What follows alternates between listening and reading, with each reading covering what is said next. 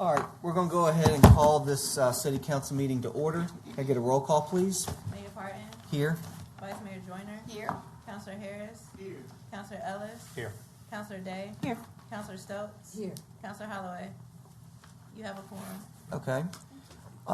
At this time, do I have a motion to go into closed meeting pursuant to Virginia Code Section 2.2-3711A1 to discuss and consider personnel matters, including the board and commission appointments, Planning Commission 2.2-3711A6 and 8, to discuss and consider the investment of public funds and to consult with legal counsel regarding specific legal matters, EDA update on Beacon Theater, and 2.2-3711A8 and 29, to discuss the award of a public contract involving the expenditure of public funds, discussion of an unsolicited offer of real estate property, and 2.2-3711A8, discussion of code of conduct. So moved. All right. Motion's been made by Vice Mayor Joyner and seconded by Councilor Day. Is there any discussion? Councilor Stokes. I was questioning the discussion of the last thing you said, discussion of code of conduct. How does that fit into closed session?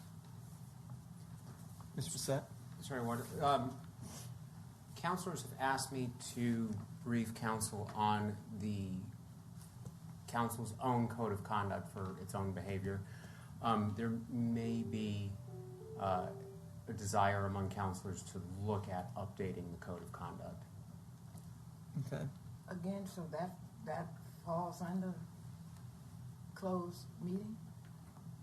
Yes, because it will be under exemption number 8 for discussion with council about specific legal matters. Okay. Thank you. Did he come online? I just heard a ring. Yeah, I did Oh, too. that was back there. That's Austin trying to get the close Oh, okay. set up in the back. Okay. All right. If there is no other discussion, roll call, please. Vice Mayor Joyner. Yes. Councilor Harris. Yes. Mayor Parton. Yes. Councilor Ellis. Yes. Councilor Day. Yes. Councilor Stokes. Yes. Motion passes 6-0.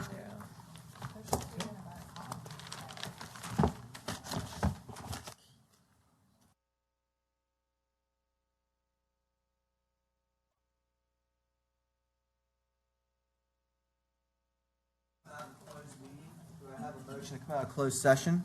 So moved. Second. All right. Motion's been made by Councilor Holloway and seconded by Vice Mayor Joyner. Is there any discussion? Seeing no lights, roll call, please. Vice Mayor Joyner.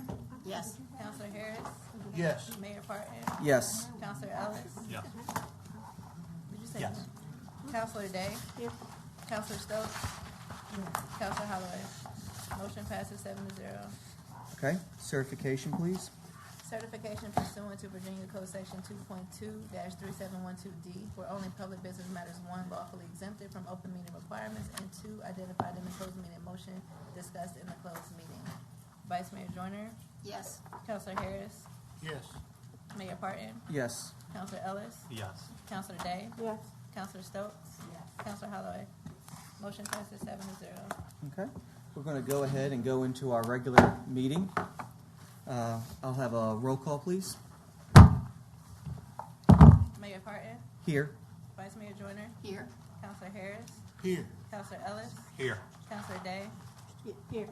Councilor Stokes. Councilor Holloway. You have a quorum. Okay. At this time, will you all please stand for the prayer by Pastor White, followed by the Pledge of Allegiance by Councilor Day. I think it's your fault. I'll do it. She wasn't doing it. Okay. Yeah, we'll let Councilor Stokes do the pledge after the prayer. Go ahead. Let us bow our heads. Most gracious, eternal Father, Lord Jesus Christ, thy eternal God, the maker of the heaven and of the universe. God, we come before you once again, asking you for wisdom and understanding concerning our city council. Father, we pray for our mayor as well. We pray for our nation as a whole. We pray for our president. We pray for our Congress. We pray for our Senate. We pray for the city as a whole. Father, we pray the blessings of the Lord upon this city. Oh God, that you will allow peace to abide in this city. And we'll give your name praise and glory in Jesus' name. Amen. Amen. To the flag of the United States of America and to the republic for which it stands, one nation, under God, indivisible, with liberty and justice for all.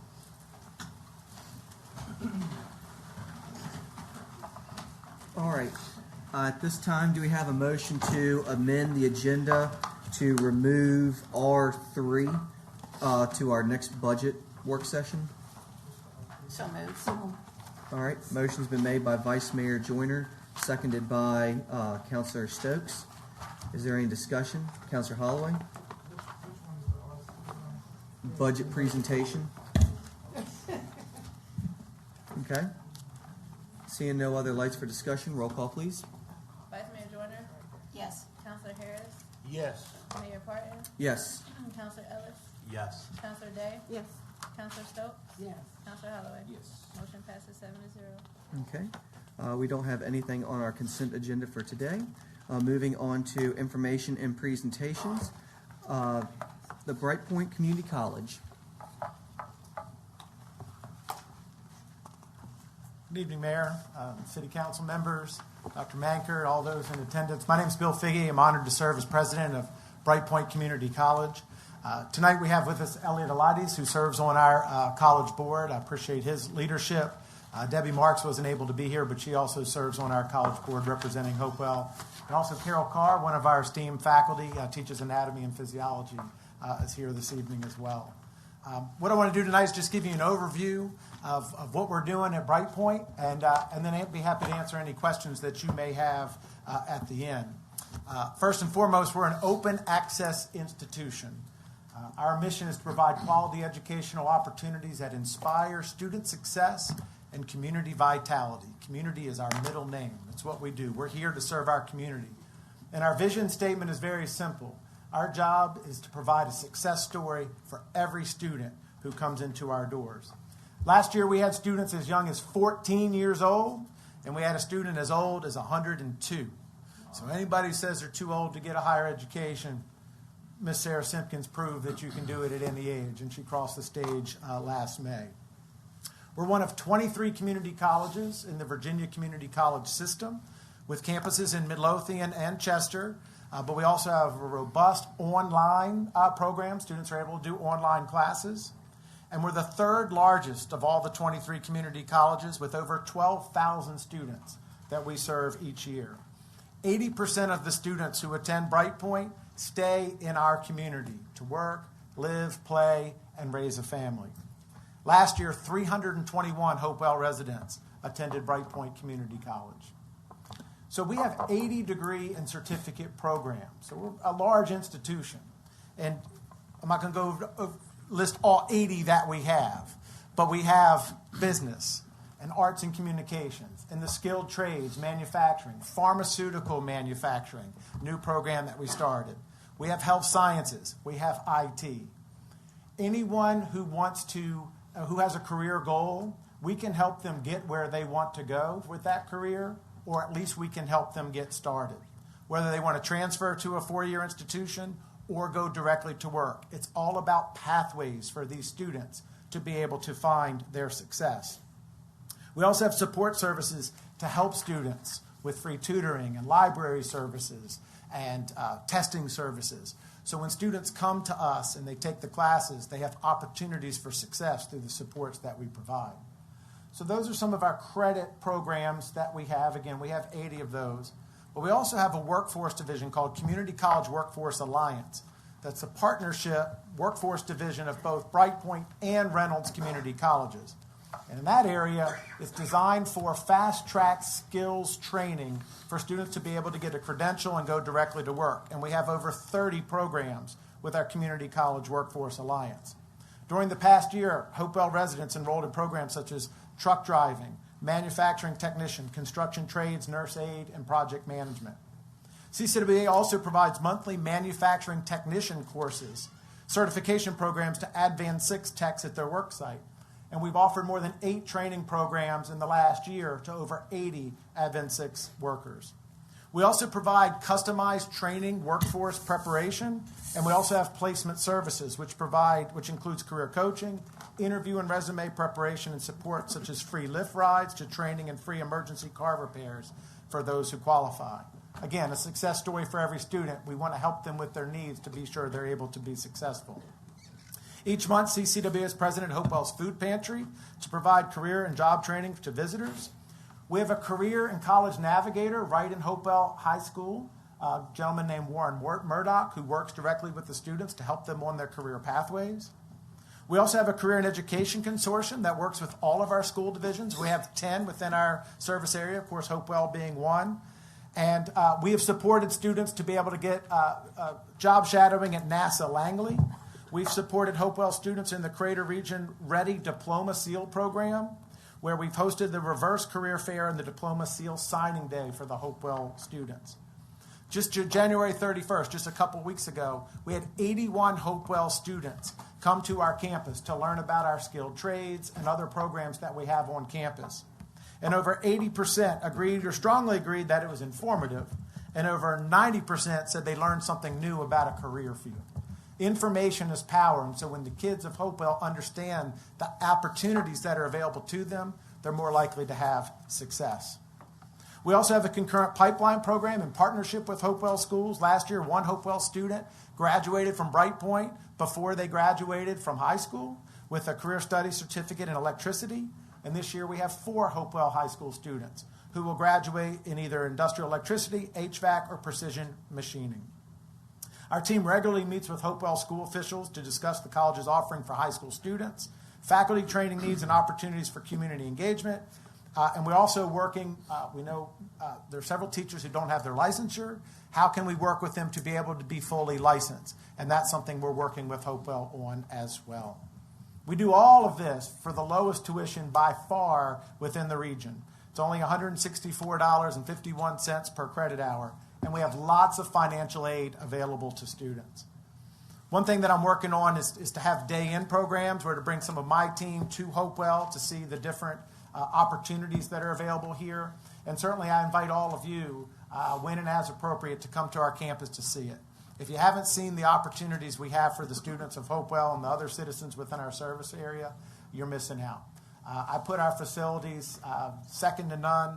And again, it's about a success story for every student, and having the appropriate space, the appropriate equipment, the appropriate faculty to train all of our students is extremely important.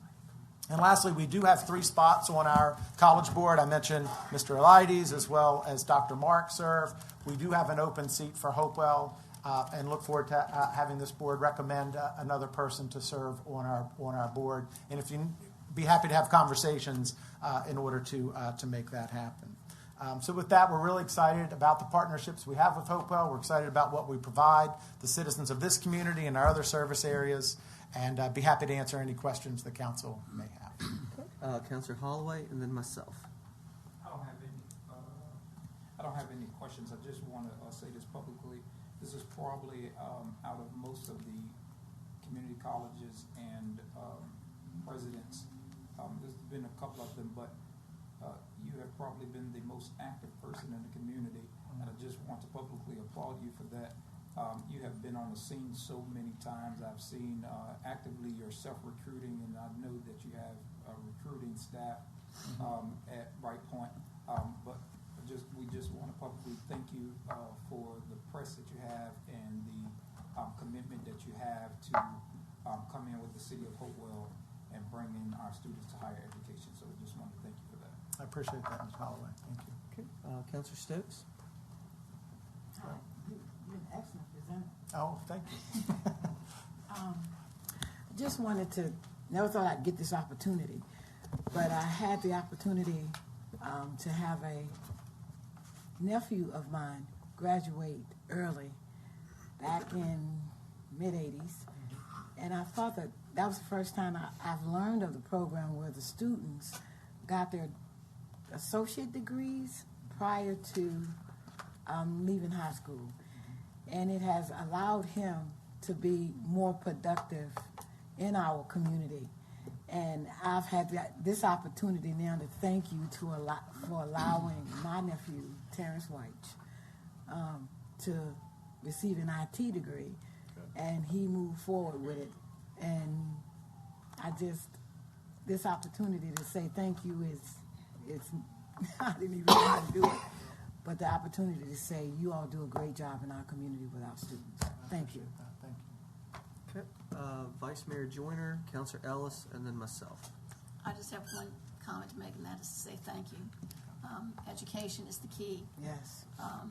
to success and to breaking the cycle of poverty that exists in this community and elsewhere. And thank you for what you're doing, and kudos to the community college system. Cool. Thank you. Great thing. Thank you. Appreciate it. Okay. Counselor Ellis, Day, and then myself. Yeah, I just want to follow up with what they say and thank you. When I campaigned, I pushed it, I talked about it, and I want you to know that I want to do whatever I can in my capacity to help you and support you. I have grandkids coming up in the city. They're in Hopewell schools. This is very important to me.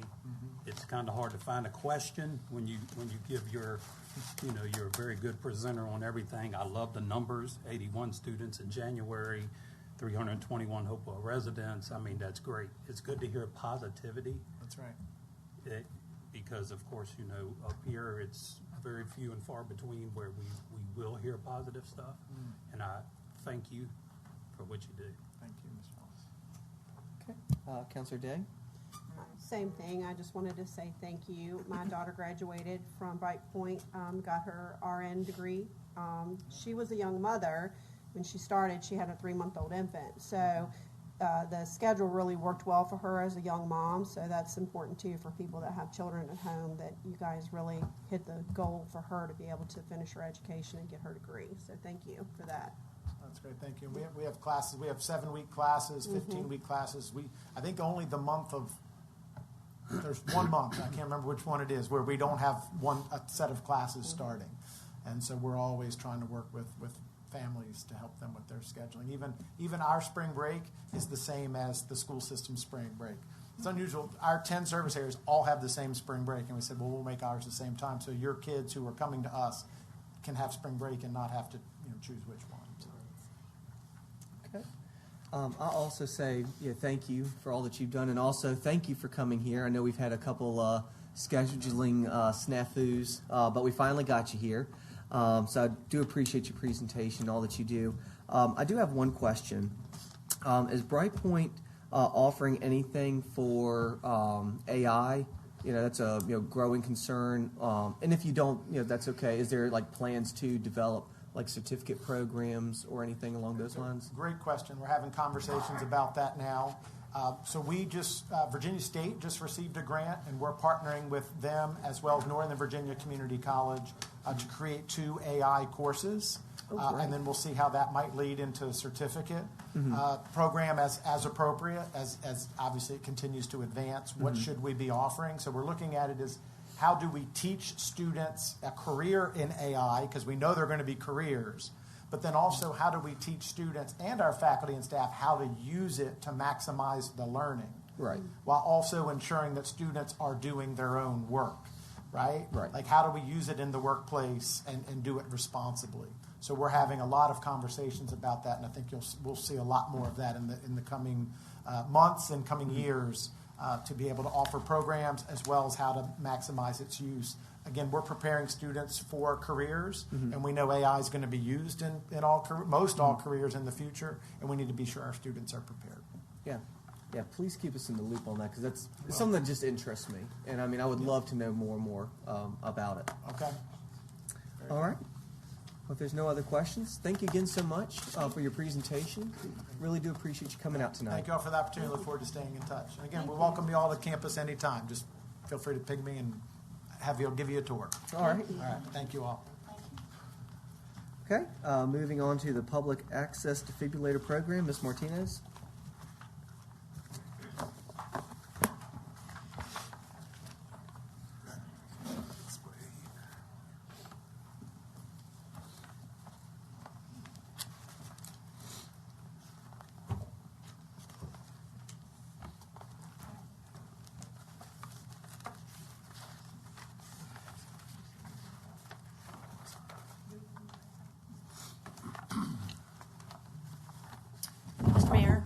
Vice Mayor, members of council.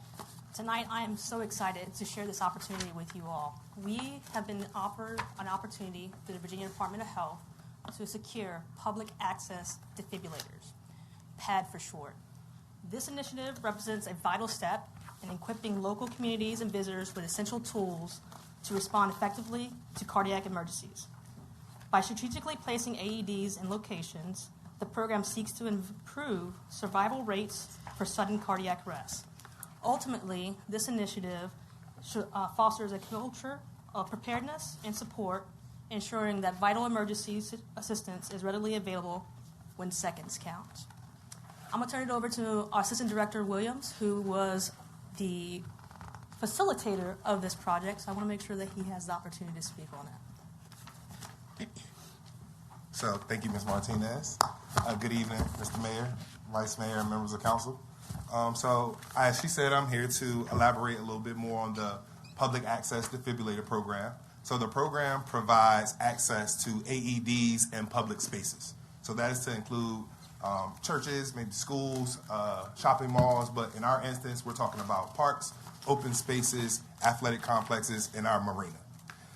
So as she said, through the Virginia Health Department, the Crater Health District, we were, I'm sorry, I didn't skip to the next slide. So we were able to secure a grant for 8 new AEDs at a value of $1,559 each. They also equipped us with 6 cabinets, as I would like to show here. So this is a AED cabinet. It's enclosed, it's weatherproof, it's also climate controlled. So this cabinet here is of value $2,460, and we received 6 of those as well. So as I said, it's climate control. Right now, we've been dealing with the cold weather. Once it goes below 40 degrees, there's a heater inside of it that will help to keep the AED operable. So along with the cabinets, we also had 1 wall-mounted cabinet that will go into our park maintenance division, as well as a portable AED and a waterproof portable case that will go on field trips, athletic events as well. Next slide, please. So let's talk about some numbers, by the numbers. So there are 350,000 cardiac arrests that happen outside of a hospital. So that is equivalent to 1 about every 2 minutes. So 20% of those cardiac arrests happen in public locations. So the PAD program would help to reduce some of those. So the survival rate doubles once a bystander is able to get the defibrillator onto someone prior to EMS arriving. With that being said, 24/7 access to an AED could help to save a life. Those are the numbers. We would love to have the public have access to a life-saving device at all times. So our next slide.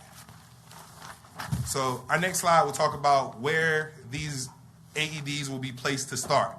So we're looking at doing this in a phased approach. So the phased approach started with our high traffic areas as well as our athletic complexes. So some of those locations include Mathis Park, Atwater Soccer Complex. Those are 2 of our athletic complexes where we're hosting our athletic programs and events. We also have Riverside Park, where our partners, the Hopewell Youth Football League, they could have 200 to 400 kids there for 3 to 4 months out of the year. We also have City Park to include the Riverwalk. That's one of our most visited parks in our inventory. I talked to someone and they were able to tell me that we had someone visit City Park from Hawaii.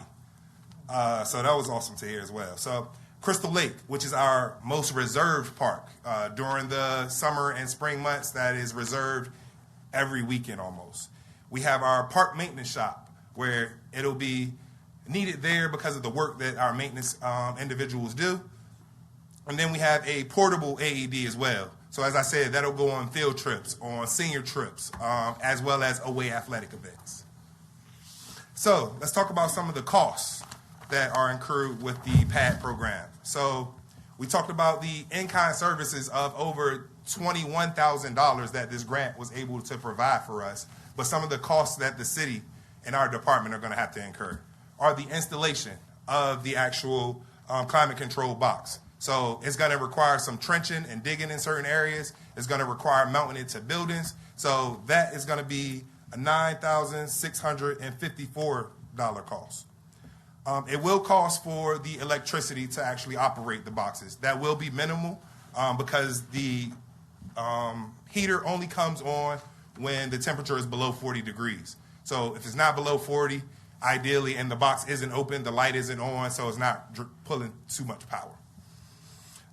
Another cost would be the cameras, because security is going to be imperative for this. The whole setup is a little over $3,600, and we oftentimes are experiencing vandalism and things in our park, so security is going to be a thing. So we want to have cameras to be positioned to be able to see the AEDs to help to keep them secure. So that is a cost that could result in $24,000 to get cameras in these locations to keep an eye on the AEDs as well as the parks. We have a subscription cost that won't kick in until about 2029, and we're looking at maybe $720 for that. And then an ongoing cost will be the replacement for the pads. So every 2.5 years, the pads are going to need to be replaced, or when it is deployed. So anytime we actually are able to use the AED, then the pads have to be replaced along with the battery. The pads are about $75, and the batteries are about $225. Those have to be replaced every 2.5 years for the pads and every 5 years for the battery. With that being said, I'll turn it over back to Ms. Martinez to talk a little bit more about the timeline. So unfortunately, I did not get the updated presentation to the city clerk, so I apologize for that. So we did have a modification in regards to our timeline just because of staffing, our vendors' timelines for the project installation. So we're looking at January through March, everything that you see here in this current slide under January. And then the next slide is actually March through April. So we met with public safety early this week, and we were able to discuss how we're going to implement this, what training is going to be required for our operators, dispatch, and then also how we're going to roll this out, how we're going to provide training for all those. Because we always know that our public safety are on multiple shifts. So Adarius and I will be working closely with them to provide those trainings in person. So we'll have alternate shifts, those time frames to provide that. PD has some great responses, and they're looking forward to the implementation of this because we're going to put it in the CAD system, so that way if a police officer is nearby and they need access to it, they'll have access to it as well. So we'll accept any questions that you have in the moment, and then Adarius is going to show you how easy it is to get into the box. Quick little demo. Give me a hold it for you. Yes. So as a quick demo, so if you are in a life-saving emergency, what you would do is you would start by calling 911. You're going to call 911. The dispatcher is then going to be able to give you the code to actually access the box. So the code is, I'm sorry, let me make sure. Got it right the first times.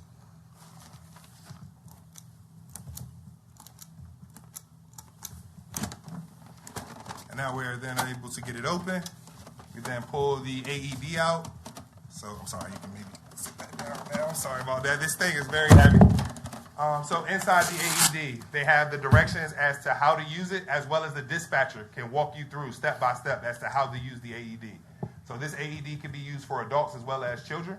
They have the child's key that you would then insert into the AED. So one of the questions that the dispatcher is going to ask is, are you servicing an adult and or a youth? If it's a youth, they're then going to tell you that there's a child key.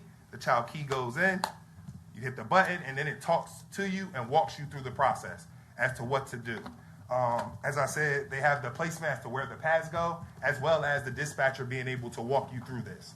So as we said, this could be a life-saving device. Every second, every minute is going to count. So if we are able to get this onto an individual before the EMS comes, it's likely that there's a 50% chance that we're able to resuscitate them. So it's simple. We just have to go through the protocols and making sure that the procedures are in check and that everyone understands how to do it, because in that life-saving emergency, there's like no time to waste. All right, well, thank you guys so much. Counselor Holloway?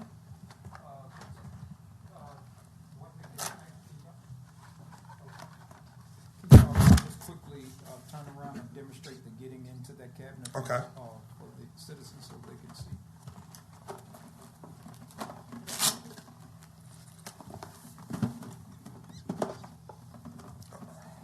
But I'll hold it.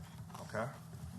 So, as I said, you would start with calling 911. That's the first thing that it says, call 911. And then the dispatcher is then going to give you the code. You're then going to push in the code. You pull the handle down, and the box will then open. Then you have access to the AED. You'll pull that out, take out the AED. Sorry about No, that. you're good. So here are the pads on this side. It actually gives directions as to where the pads needs to be placed. These are the actual pads. As I said, the dispatcher will ask, is it an adult and or a child? If it is a child, then you would then use this child's key to put into the device. Once you power the device on, it then speaks to you and walks you through the process, along with the dispatcher, who will then also be able to walk you through the process of how to use the AED. Once this is deployed, we will then receive correspondence that it has been deployed. Then we will have to retrieve the AED, get new pads for it, as well as a new battery, and then it will be back in service and operational again.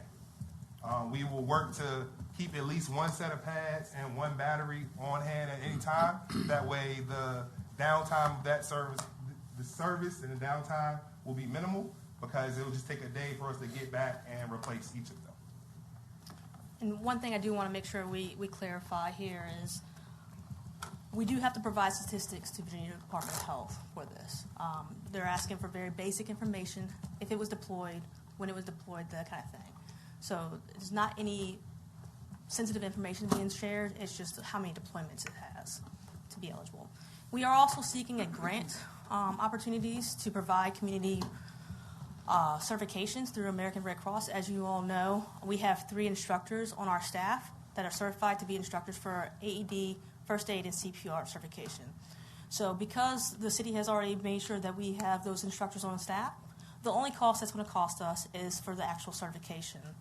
So we are looking for a grant to offer that so we can offer members of our community free classes. But we do, in general, offer first aid, CPR, and AED classes at a cost. All right, my other questions were, it was $750. Is that a year? Is that yearly subscription? That will go after 2029. Right, correct. Yeah, and it's for 4 years. It'll be here before you know it. Yes. The other thing, that subscription is, that's even greater. So it's for the whole 4 years. Correct. And what does that subscription entail? Does that allow for the city employees to be able to call and discuss any functioning issues?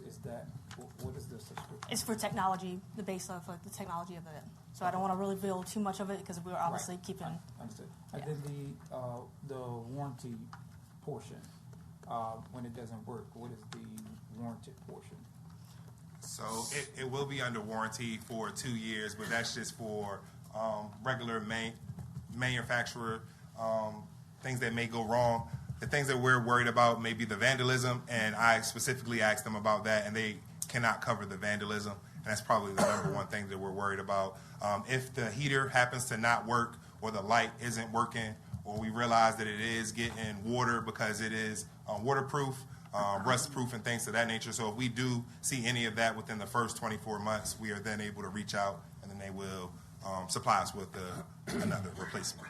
All right, and are you all planning on, so the parks are usually closed at nighttime, for instance, but people can still be walking by, like take, for instance, is not on here, but let's say, for instance, Woodlawn Park, and one of those, the AED devices are put out in the public space. Will this be in a lit, will it be set under a light so that if some incident happens at nighttime while people are still having to pass, would that automatically be placed in that lit? Yeah, so they have to be electricity side. So yes, they would be under a lit. So Yeah, in 'cause Matheson, I didn't see the light included there, which is what I was thinking about. So I was saying, are we going to make Right. sure that they're just automatically put under a light space, or is that something that's also being requested that we No. provide? Light? So we already have security lighting at our parks. Okay.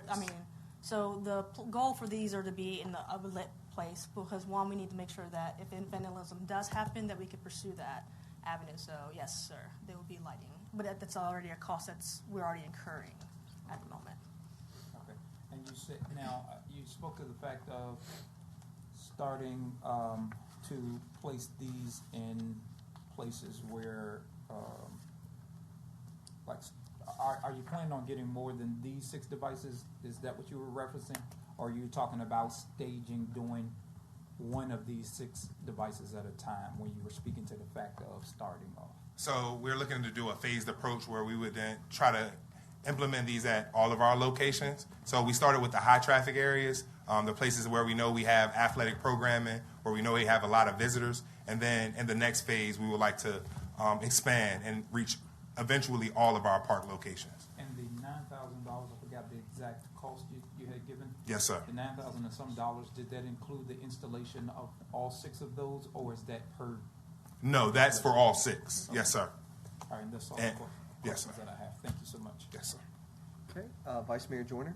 I just had a question about the cameras, the cost of the cameras. Is that I think you estimated was 24 grand, something like that. Is that in your budget? I mean, is that a budgeted item? So between salary savings, Okay. yes, ma'am. Okay. As of January, because I know we kind of collected all that towards the end of the year, but we still have 2 full-time positions that are vacant. Okay, Yes, sure. ma'am. Okay, thanks. My pleasure. Okay. Seeing no other, okay, Counselor Stokes? I was just gonna expand on what he was saying about what considerations were given on the selection of sites. I'm in noticing the sites, and I've visited the park area quite a bit. And also experienced a loss on the river. I was concerned about the sites because on one portion of City Point, particularly on the weekend, it's really crowded. And I noticed that part of the park is not covered. You said City Park and River Walk, but down the road, that is extremely populated on the weekend. And I was concerned about not having a site there, and particularly since bodies have been found there. You talking about in the other side of the Riverwalk, correct? Yes. Yes. So once phase 3 is completed of the Riverwalk, that will connect to the marina. So the goal is to ultimately have one on essentially both sides of the Riverwalk. Unfortunately, there's really no way for me to put one, because we talked about security cameras too. So we would have to do a lot of driving and providing electricity out in the wetlands. So She's talking about Yeah, you're- downtown City Point. All the way down at the bottom. oh, she's talking about City Point Playground. Yes, Yeah, gotcha. yeah. Okay. Okay. Yes, so that's going to be in our phase 2 approach. Yes. And they found, some deceased person. Okay, aren't you talking about where the National Park Service is, that Yeah, portion? right. Yeah, Oh, that's not our property. Yeah, that's National Park. That's National federal. Park Services. Come on down to where we. Go down the all Cobblestone go Hill. All the way to the point That's federal. on Sundays. It is extremely populated right there, and they found the body right there at the. But it is federal land. Yes. Federal It's land. not our property. It's federal land. Here and all, it's federal. Park shop, it's our maintenance shop. It's where our parks crew, our house. So okay, I'm sorry. So what is the timeline of the expansion? You were saying that you were anticipating expansion. What is the timeline of the expansion? So I have talked to the Crater Health District about expanding the grant as well. So they've let me know that toward the end of April, middle to end of April, they'll be able to let us know if there's any additional funding to purchase additional cabinets. And if possible, we'll start there. And if not, we'll work to get it into the budget. And the location I'm talking about is not federal line, right? Because I know this because my husband was down on the federal line. I was down there, and I know the difference between which belongs to the city and which belongs to the federal. So I ran the call. I lost on the road. I ran the call. I know. Okay. So I'm not talking about. Is it City Point Playground? The main areas where. It's all federal down that area. Yes. Yeah. Yeah, that's not us. All right, let's Although- stay on topic with the discussion. Might be. Counselor Yeah, thank Stokes, you. are you finished? Okay, Counselor Holloway? No, I was just asking about the park shop, and then what is the There's 8 total. There's 6 that will go out into the parks. There's 1 that will go into our maintenance shop, and there will be 1 that'll be portable, that'll go for field trip, athletic events, and things to that nature. So there's 8 of them total. I was just about to get to that being also one of the bigger things is it, can we really honor consider our youth, when it comes to, athletics and sports, and making certain that that is available, especially in light of what we just had happen, in recent times, to make sure that it's, on our sports complex. Yes, and just to clarify, that was one of the primary reasons that Atwater Soccer Complex and Mathis Park was selected. However, please note that anytime we have program there are already AEDs there. They're just secured in our concession stands. So this will be the public access one. So essentially those sites will, again, have 2 opportunities. But because there's so many kids that come and play without it being a structured program, we want to make sure that that's available for them. Yes, sir. My pleasure. Yeah, go ahead. Did y'all talk about addresses also, like address placards for when they call 911? That's an excellent recommendation. And One of the other things is questions are going to be, do you have the address? yes. And I So know we did put the address at the practice field at the high school because that was an issue during what Mr. Holloway was saying a few minutes ago, but you might want to look at that too. Make Yes. sure it's visible for them to get. yes, sir. So as Mr. Williams addressed earlier, it's going to be on a stanchion, so all that information is going to be there as well. Right. Yes, sir. Yeah, because, it's probably very hectic, when you're opening that box, that person's probably panicking to begin with, and they're going to ask So you a the lot of address questions. is right there beside it. And, the more information you have there, the better off it's going to be for getting the Aid. second folks en route. And that's Absolutely. probably going to be about a 4-minute response time somewhere in there, so. Well, probably just like the council said in respect to the address, probably just put numbers on each box and the location, and they can automatically refer to what address it is. Yeah. And you said that large number. Excellent. Yes, sir. All right. Well, thank you guys very much for this presentation, and also thank you for your initiative on bringing this initiative to us. All right, we're going to move on to communications from citizens. Madam Clerk, will you please read the statement? Communications from citizens period limited in total time to 30 minutes is part of the order of business at each regular council meeting. All persons addressing the council shall approach the microphone, give their name, and if they reside in Hopewell, their ward number, and limit comments to 3 minutes. No one is permitted to speak on any item scheduled for consideration on the regular agenda of this meeting. All remarks shall be addressed to the council as a body. Any questions must be asked through the presiding officer. Any person who makes personal, impertinent, abusive, or slanderous statements or incites disorderly conduct in council chambers may be barred by the mayor from further audience before council and removed subject to appeal to a majority of council. See Rules 405 and 406. Okay. The first person that I have signed up for tonight is Mark Burrows.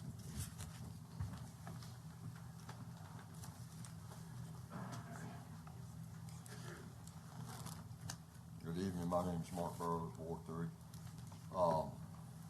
So I guess since y'all didn't talk about it, the proposed pay raise that y'all are discussing and we're supposed to be discussing this evening.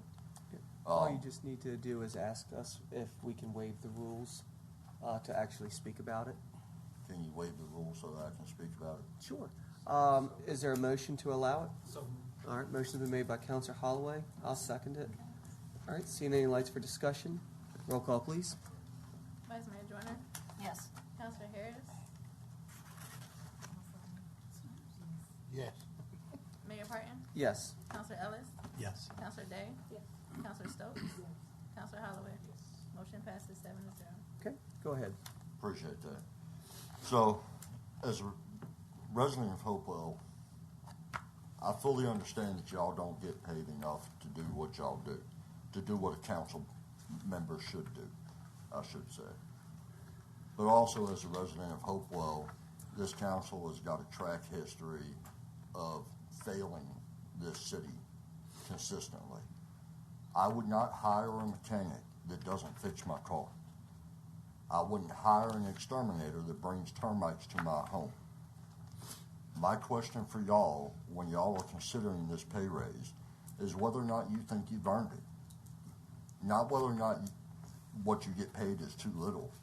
In my opinion, quite a few of y'all shouldn't be in the position that you're in to begin with. But I don't live in that ward, so I don't get to vote for y'all. If it were up to me, we'd go back to a citywide vote to where all of y'all are voted on by the entire city rather than one specific ward. And that way the whole city that y'all have command and control over gets a say in whether or not you retain that command and control. In the meantime, though, if y'all want more money, earn it. Earn it for the people of this city. Earn it for the future of this city. Just earn it. Y'all got all these great people that y'all want to terminate that help y'all out and do all this stuff for you, and all y'all have to do is sit around and cast a vote once in a while. Earn it. It's not that challenging. Okay. Next up is Wiley Radcliffe.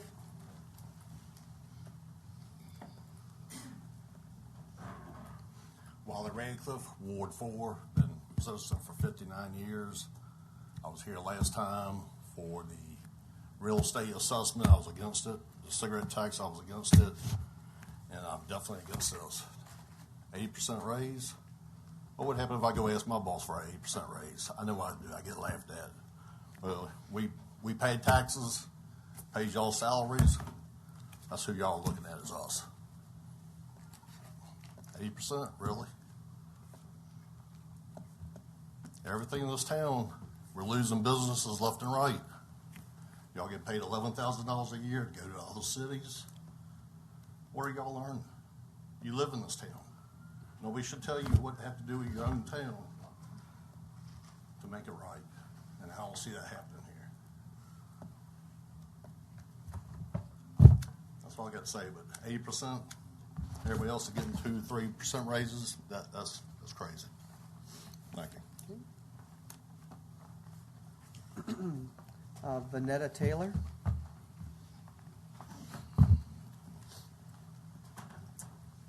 Good evening, everyone. As far as I'm a citizen of the city as well, been here all my life, 49 years. About the pay increase for the counselors, being, competitive, your pay raise, competing, being the same as other localities, I have no issue as long as the work is being done. But I just feel I'm here tonight because I think public safety and giving our police department a pay raise is much more, to me at this time, more important than raising the pay raise for counselors. I am a mother of a homicide victim here in Hopewell.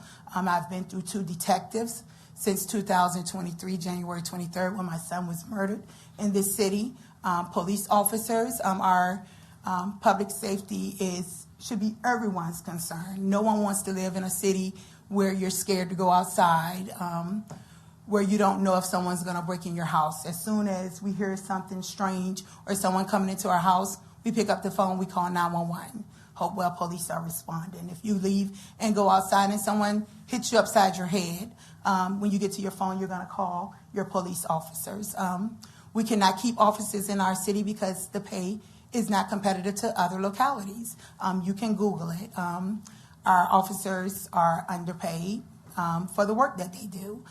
We don't have the things in our police department as far as the technology to solve our own crimes. A lot of things are outsourced. And most people, I didn't know this until my son was murdered, and I'm asking for questions, and I'm not getting answers. And the answers that I get is because the things that's needed is not here in the city of Hopewell. They have to outsource it to the Virginia State Police. So I just say, instead of increasing your pay right now, could we look into increasing the pay of our officers?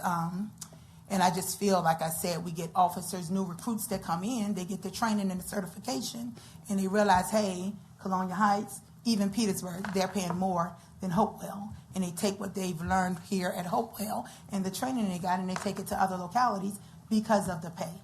It's no way in the world that someone shouldn't want to stick here and tough it out and be invested. Say, hey, I'm invested. The pay, even if it was $500, $1,000 less, they'll say, hey, look, You know, it's not that much, maybe gas to take up the extra part, so I'm going to stay here. We're not giving officers reasons to stay here. And the crime rate, it goes down, but it lifts back up. And it's not important to some people because it hasn't hit their home. It's hit my home. I've lost my child. My norm has changed, and I just feel that we need to consider giving officers increases, letting them stay here to protect our city and our citizens, so you all wouldn't have to do what I had to do, and that's close a casket on a child. Okay. Next we have is Evelyn Britton.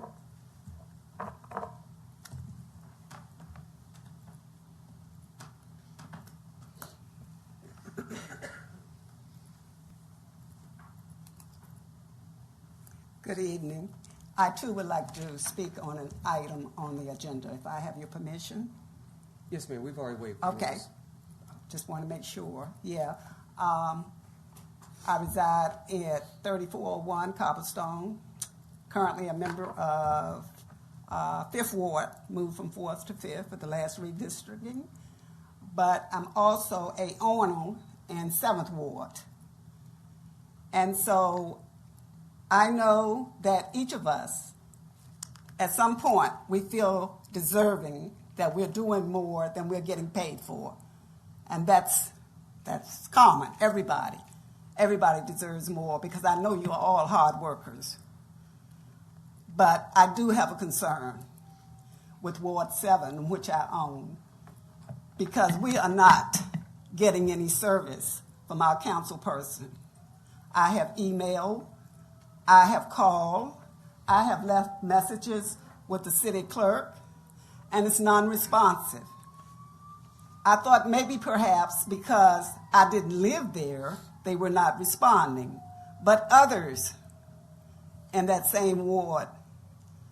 So I guided them through the process of emailing, calling, but no response. None. So what does that say to your constituents? That you don't care, or perhaps you care about a select few.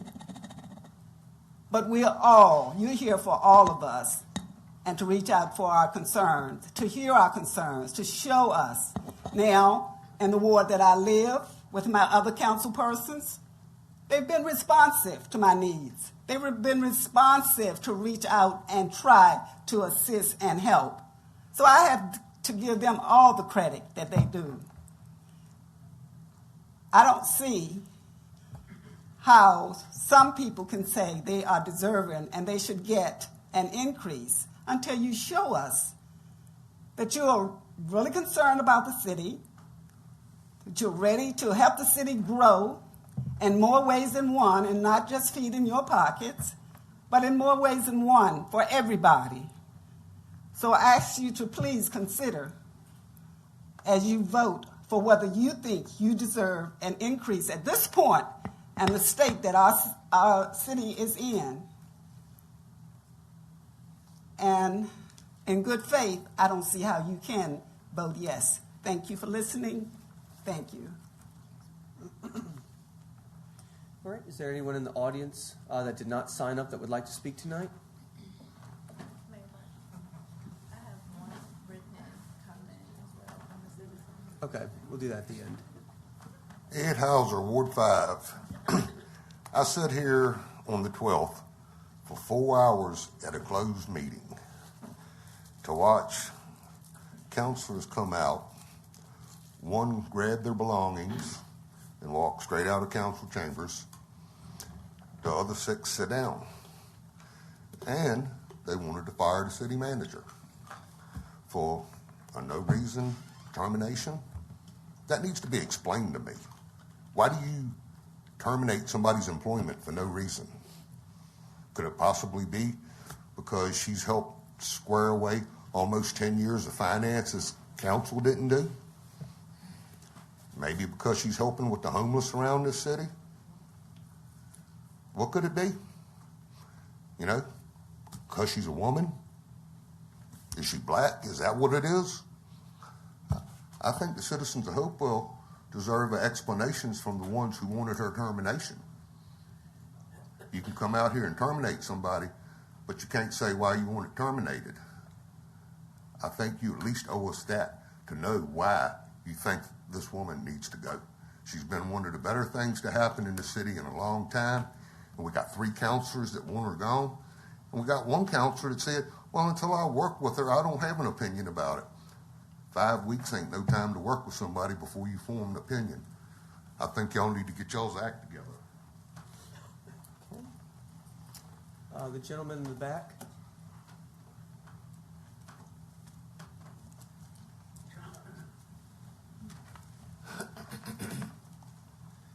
How are y'all doing? My name is Travis Bros. I reside in Ward 3.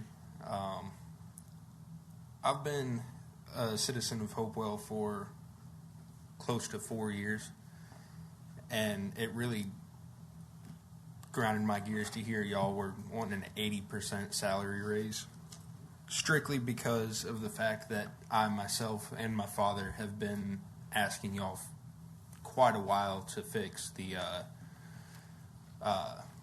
roads, some of the issues in the roads that are nothing but a hazard, and nothing has been done. Yet y'all want to take the money and give it to y'all selves. I don't know what it's going to take for y'all to finally fix them. I don't know if it's going to take me having to wreck another motorcycle because of y'all's failures. But I'd really love to see something actually get done before y'all worry about y'all's money. Y'all have a good one. Okay. Anyone else?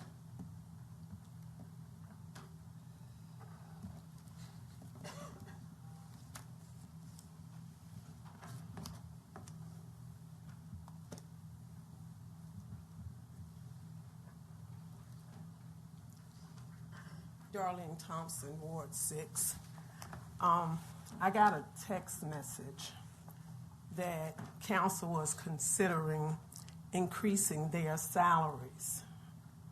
It was in disbelief that it could even come up about increasing salaries when our citizens last year had to bear increased real estate taxes, and you all got over right at close to $5 million. Y'all paid the Robert Bob Group over $2.7 million. I might be off a few numbers. $37,000 to Mr. Branson that came into this city and told these citizens that the city is broke. Hadn't been here a good 3 months. But the city was broke. No way could they have looked at our budget and seen that we were in financial distress.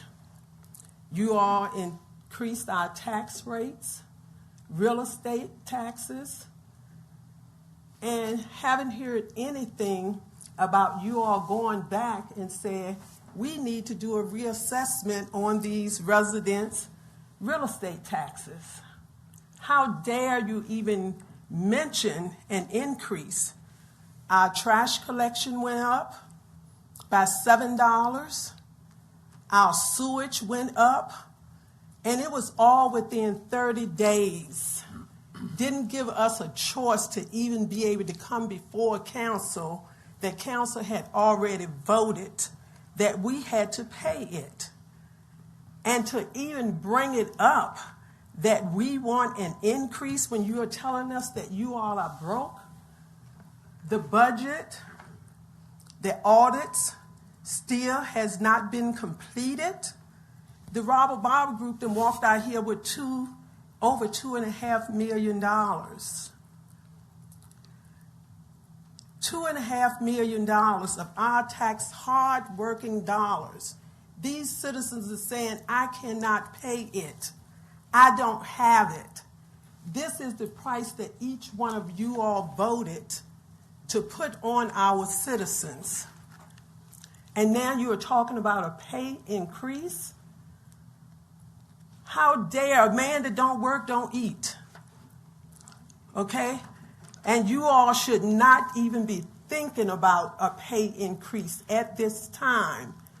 What you all should be saying is we're going to go back and do a reassessment on these citizens' taxes because it was an overassessment.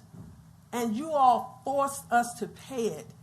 Each time the city treasurer came in, what are you all doing to collect this money from our citizens?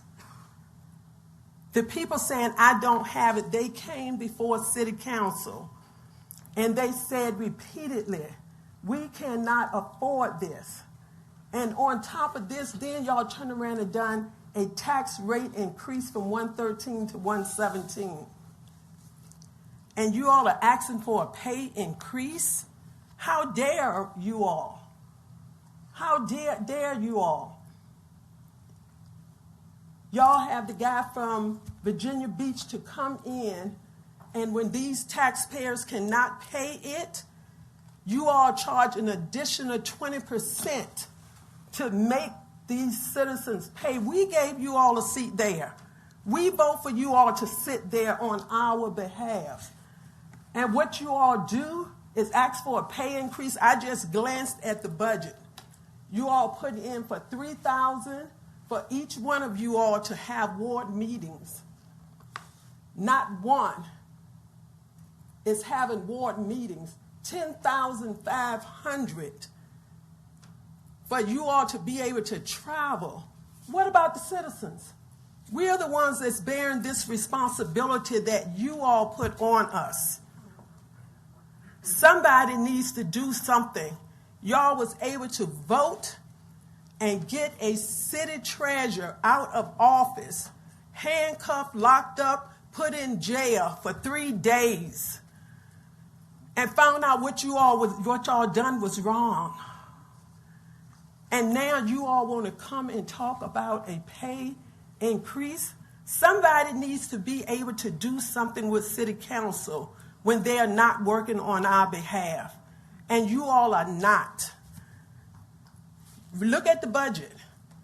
The budget doesn't say anything about these citizens and looking at reducing their tax rate. I just heard where Henrico has found a way to reduce their citizens' tax rates, their real estate taxes. You all do nothing. Don't bring up anything to help us. It's all about you all.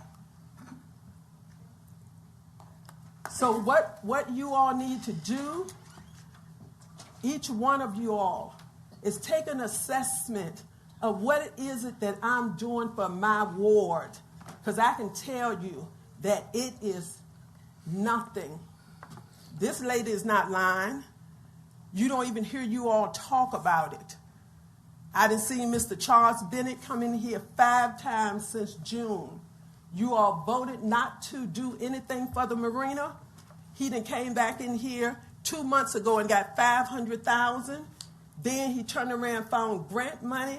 And just the last meeting, he came back in here and found property in Hopewell that the people wanted to buy, and he took another $20,000 and put it towards the marina that had showed that it was no profit with that marina.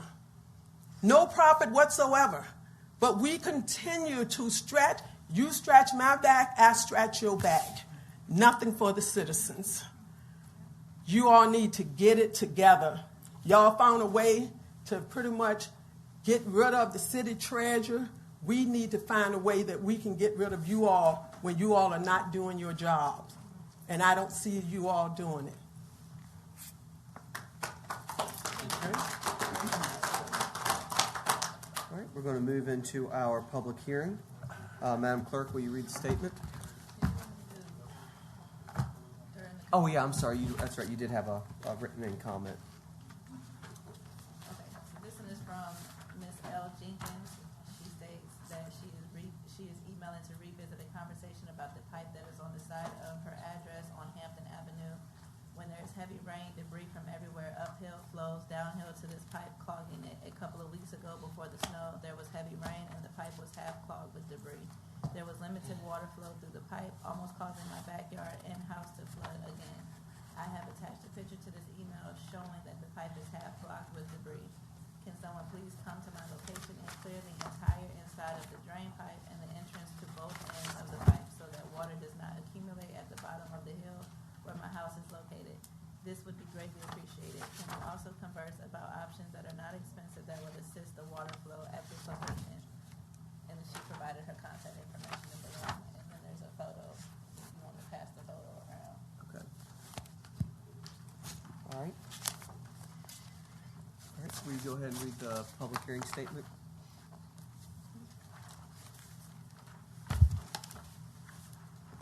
All persons addressing the council shall step to the microphone, give their name, and if they reside in Hopewell, their ward number, and limit comments to 3 minutes.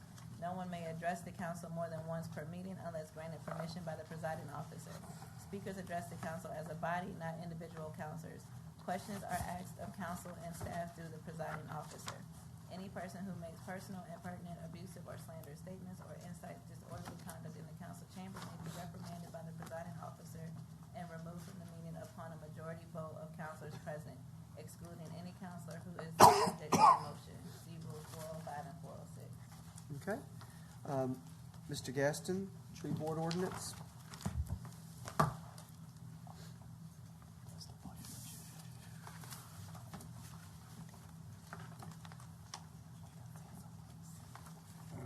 I'm sorry. We have a hard time hearing Mr. Holloway, Councilor Holloway, Councilor Stokes, for anything that they're saying, and the city clerk. If somebody isn't familiar with the process, they don't understand what she's saying. Can you all just make sure that your mics are on when you talk? Okay. Thank you.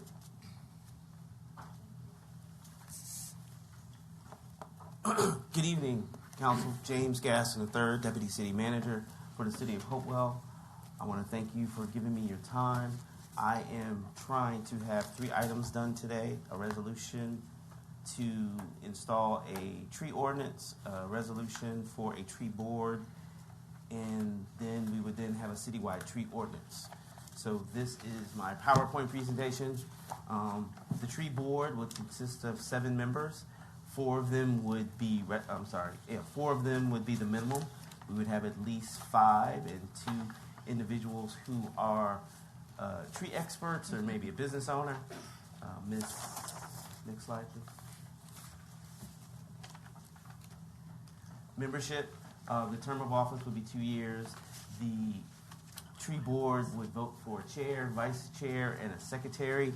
The meetings would be at least 4 times a year. And next slide, please. Basically, these are the duties and responsibilities of the tree board. The biggest thing that they would probably be involved with would be Arbor Day, among a number of other things. The key about the tree board and a citywide tree ordinance is there are grants with the Department of Forestry.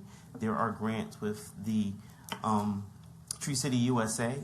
And in order to have access to those grants, you must have a Tree City USA designation, which the city of Hopewell does not have.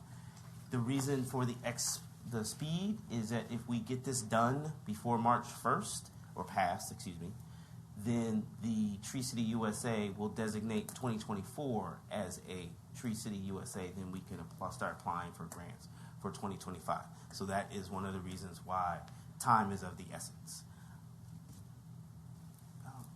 Next slide. The good news about the tree board is I already have 5 volunteers who used to be on the tree stewards.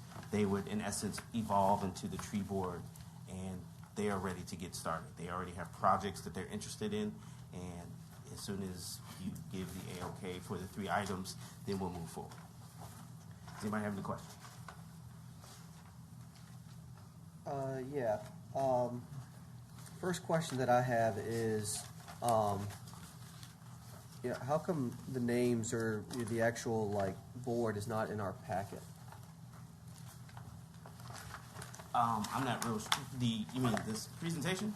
Yeah. I was like, because it's not in my agenda packet. No, we're all given that right there. It was late on here, it's up later, maybe. Okay. We can get one. All right, so, one, I don't have it in my packet, so. I'll be happy to give you a copy. This was included in the packet, Mayor Burton. This was placed on the dais prior to the meeting. All right, I'll look at it, but, I didn't get anything. But second of all, in the ordinance I read where, this thing is supposed to be self-funded through grants and everything like that. Correct. So if we're taking on the responsibility of maintaining all this and we don't get grants, what's our liability? So the Department of Public Works always provides a budget items for tree service in the city of Hopewell. In essence, those funds would just be allocated towards the tree board. The tree board is not paid for anything. The Public Works Department already provides service to our city trees.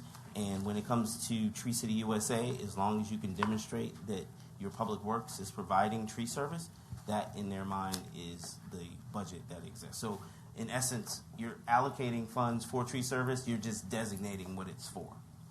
Okay. So there is no extra money. I will tell you that I did apply through the Virginia Forestry Department for a tree arborist, and we're still waiting to hear back for whether or not the city arborist will be provided. The amount was in the amount of $105,000 for the entire package, and so we would have that person for at least 1 year to have an assessment, get an assessment of the condition of our city trees. Okay. So,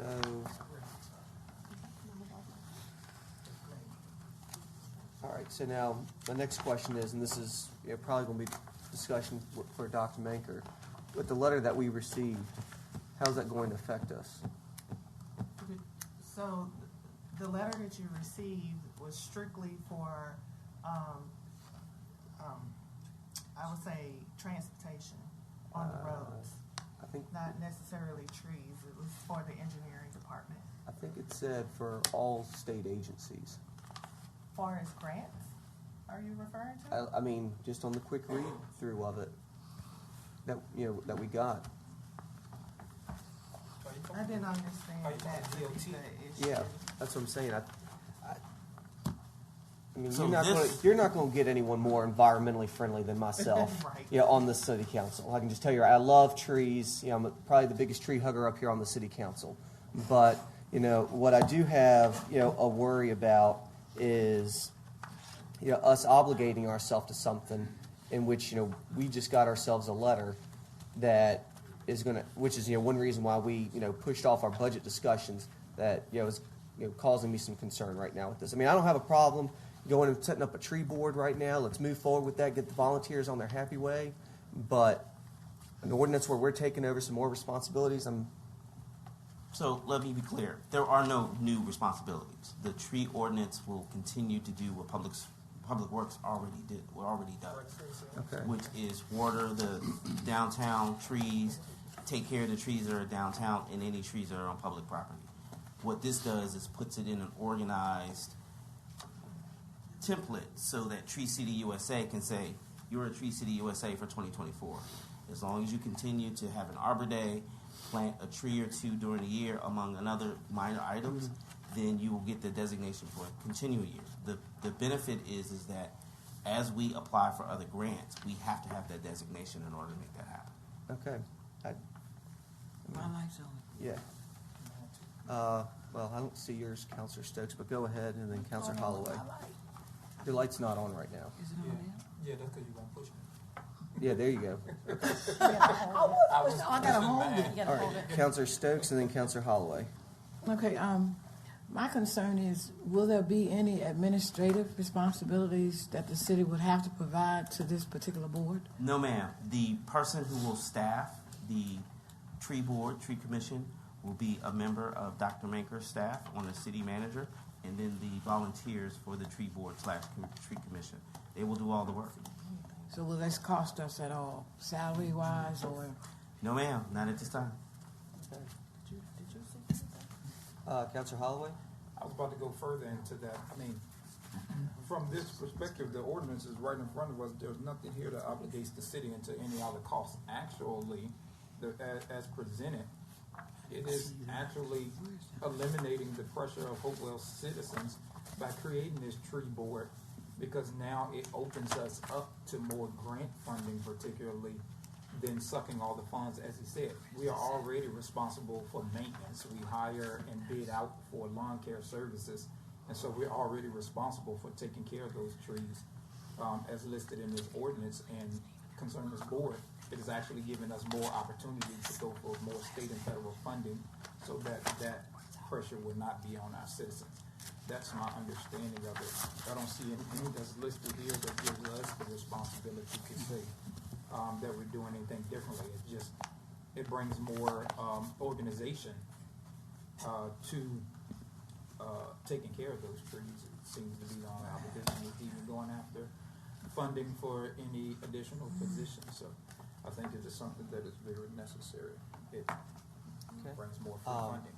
Councilor Stokes, before I call on you, since we're coming up on our 3 hours, Yes. do I have a motion to extend the meeting until we finish CCR 3? Second. All right, motion's been made by Councilor Stokes and seconded by Councilor Day. Is it other way? Other way? All right, reverse that. Seeing no lights for discussion, roll call, please.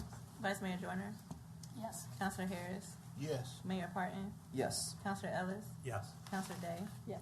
Councilor Stokes, Yes. Councilor Holloway. Yes. Motion passes 7-0. Okay. All right, go ahead. Okay. In the ordinance, when you talk about section 33, the certain trees declared a nuisance, on down to 132 and the violations and penalty. I'm concerned about the $500 per offense. Can you Elaborate? talk about it? Yeah, the I would be happy liabilities. to. So the way that evaluations of trees, it really depends. Those are primarily designated for business owners, if you will. There will be warnings and things of that nature that will be provided before you get the actual fine. What it does is it gives the ordinance teeth in order to make sure that the business owners and or homeowners are taking care of their trees and things of that nature. But it's more of has teeth, but our planning department and our zoning officials, they would provide warnings before they issue $500 tickets. It So says guilty of a misdemeanor. That's One a more- crime. Shall be deemed guilty of a misdemeanor. That's a crime. That is a true statement, but that is down the road. That was just clearly down the road. And if it bothers you, I'll be more than happy to remove it. Yeah, that concerns That's me. fine. I have no problem with that. Okay. Is there anyone else for questions before we open up the public hearing? Yeah, so that brings a sad concern, because as I'm reading that, I had saw into that, but I thought this was under the understanding that this is something that we get violated for as a city for not doing this. You're talking about passing, it's not written up as such to have that understanding, because it lists Department of Public Works, so forth. So I'm thinking that this is an ordinance from the state, a law from the state that we already deal with. Like, if we don't keep and maintain certain things, then we could be fined. This here is specifically talking about violations towards citizens. So you go past one of those brothers back there houses, and their tree ain't trimmed like we wanted to, you're gonna fine them $500. Well, hold on a second. That is what is designed. It's more or less a way of providing teeth to the opportunity. What we would do is work with the resident to make sure that it was taken care of. Yes, absolutely. With that being said, I'd be more than happy to remove it. Well, you don't have to be more than happy, because you No, I don't have a problem with that. You seem like you're putting a statewide HOA, a citywide HOA on every member in this city, which is absolutely absurd. Understood. But yeah. This is standard language that tree ordinances use, and it's a template, and it can be adjusted just to accommodate the jurisdiction. So Yeah. it's something I can definitely take out. Yeah, so the ordinance is a separate call, again, going into the board, being able to get the grants, being able to get those extra fundings and so forth and so on. Correct. I'm happy to put that in motion and vote for it. Just that when you start talking about the ordinance portion of it and going after, especially, we had a meeting just shortly ago and talking about the responsibilities of homeowners and passing the responsibilities on homeowners for renters having water turned on in their name, and then if they don't make certain bill payments to sewer and so forth, talking about passing it on to the homeowner. You know how ridiculously, like, I think there'll be a protest line probably, you know, all the way to Chester, and you know, that's just absurd. I understand. Passing those type of things on people, because then who would be responsible? In the case, if somebody is renting their house out to a renter, and that renter is not taking care of that property, you're gonna pass that $500 on to the homeowner? That's a question for the planning department. I don't know the rules and regulations about violations at that level. Absolutely. All right, thank you. Okay. All right, we're going to go ahead and open up the public hearing. I don't have anyone signed up. Is there anyone in the audience that would like to speak tonight? Okay, we'll start. All right, we'll start from the front and then go to the back. Debbie Randolph, I live in Ward 1. I have lived on Cedar Lane for over 30 years now, and on Cedar Lane we have nice cedar trees. It started as historical cedar trees, and unfortunately, I am not, or fortunately maybe, I'm not in the historic district. But we still have accommodations that we cannot touch our cedar trees, which lends itself to a bigger problem in that we have constant maintenance and work that has to be done on those cedars because the ones across the street from me sit under very low wires. And because of that, and because of the age of those cedar trees, they are constantly needing work, which in one way or another requires me as a homeowner not to be able to do maintenance on those trees. I don't know if any of you all who don't own homes actually realize how many of the homeowners actually do work on their trees, even the ones that we don't own on the property between our sidewalks and our curbs that is considered to be on city property.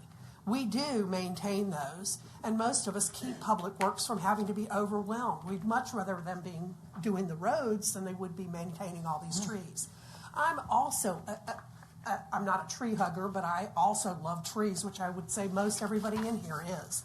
But to put an extra burden on our Public Works right now, to consider them to be having to now maintain every tree in the city on public property seems to be the horse before the cart, because we have roads that they need to maintain and can't, and other things as well. So I'm not against having a tree board or being able to get grants to put more trees in the city. What I'm against is whether this is the time and the place to do that. $105,000 extra to put towards an arborist. I can think of better ways to do that. There's no mention of how and why the citizens are going to be told how this is going to impact them so that they don't get fined. There is no mention of whether or not trees that citizens have planted, like I have, when a cedar tree came down, not by me, but by natural causes, I've now planted other trees in its place. Smaller trees that will not impact power lines, but are they going to be grandfathered in? There's absolutely no mention of that I could read in this at all. So I think a little bit more study and consideration for what the citizens are or are not going to be able to do, and how they will handle this, and how we're going to educate them that they could get misdemeanors or things that we shouldn't even be considering for citizens and their trees. So thank you for that. Okay.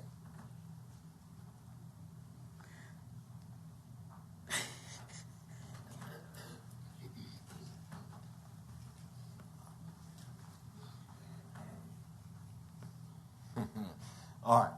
So, first of all, I think that it is important that we maintain our trees here in the city, on our personal property, so forth and so on. If you can get that paid for by a grant with no additional burden to the city, great. I'm all for it. My question is why are we worried about trees when we have roads falling apart that we've been asking y'all to get grants for several years now? Why are we worried about trees when we have a marina that's literally a hazard that y'all could have gotten grants to fix and haven't been done?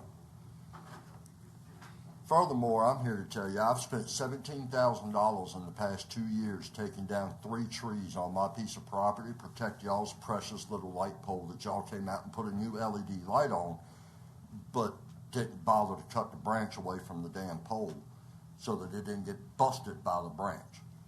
So I shouldered that burden and paid for that. That's $17,000 for 3 trees. If y'all are going to start charging us with misdemeanors over that y'all not liking the way our trees set, or the way that they're rubbing up against your precious light poles or something like that, I'm here to tell you, you might as well put an officer outside my house and have him keep his ticket book ready, because I'll be just as stubborn as you can imagine. I'll bring every damn ticket up here and I'll hand it directly to whoever is responsible for passing that ordinance. Why don't you worry about fixing the trash or some of this other stuff first? You got all this access to grant money. Okay. I think there was one more person I saw that stood up that wanted to speak. No, he was No, letting he somebody. just let No. him out. Oh, okay. Okay. All right. Public hearing is now closed. Let's see. I think there's 3 motions that he's asking for tonight. So the first one is to establish the tree board. Is there a motion to establish the tree board? Mr. Mayor? Yeah. Two points. First, if there is going to be consideration of the amendment that Councilor Holloway was discussing, that should be the subject of a motion itself. And then second, because there is an ordinance involved, council will need to vote under, I think, Article 4, Section 8, to waive a second reading or 2 readings before going on to take this vote. Yeah, I have 3 motions that we're supposed to make. The one for There's the resolution, there's the ordinance, and then there's another, I guess the resolution to create the board. Correct. The tree ordinance itself, and then a resolution naming members to the board. The first, on the ordinance itself, there was discussion about the issue of fines in that ordinance. If council wants to consider an amendment to that ordinance, council first should have a motion to do so, if that's going to happen. I don't, my request was, I don't think, well, I haven't heard anybody speak to wanting the ordinance. My statement was to the fact of that I didn't agree to the ordinance. I agreed to the fact of the board and the members. Right, and to revisit the ordinance. Yeah, go ahead. In order to apply for the grants, you have to have both. You don't have a tree board without the ordinance. You have to have both. You don't get both. And you talking about having that by the week? Correct. And like I said, if the misdemeanor piece needs to be removed, then by all means. I think in light of,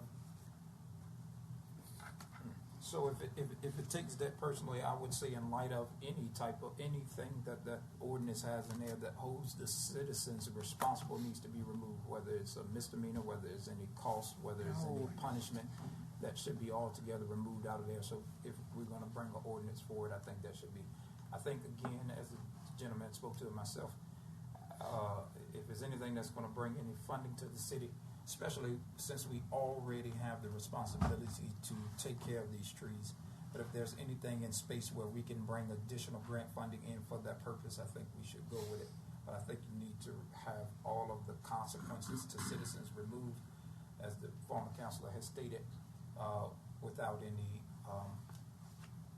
further repercussions or anything like that. So that works for me. I have no problem with that. All right, so can we do the motion on the board, then the members, and then the ordinance? Is that okay? Well, your motion to waive. That's perfect.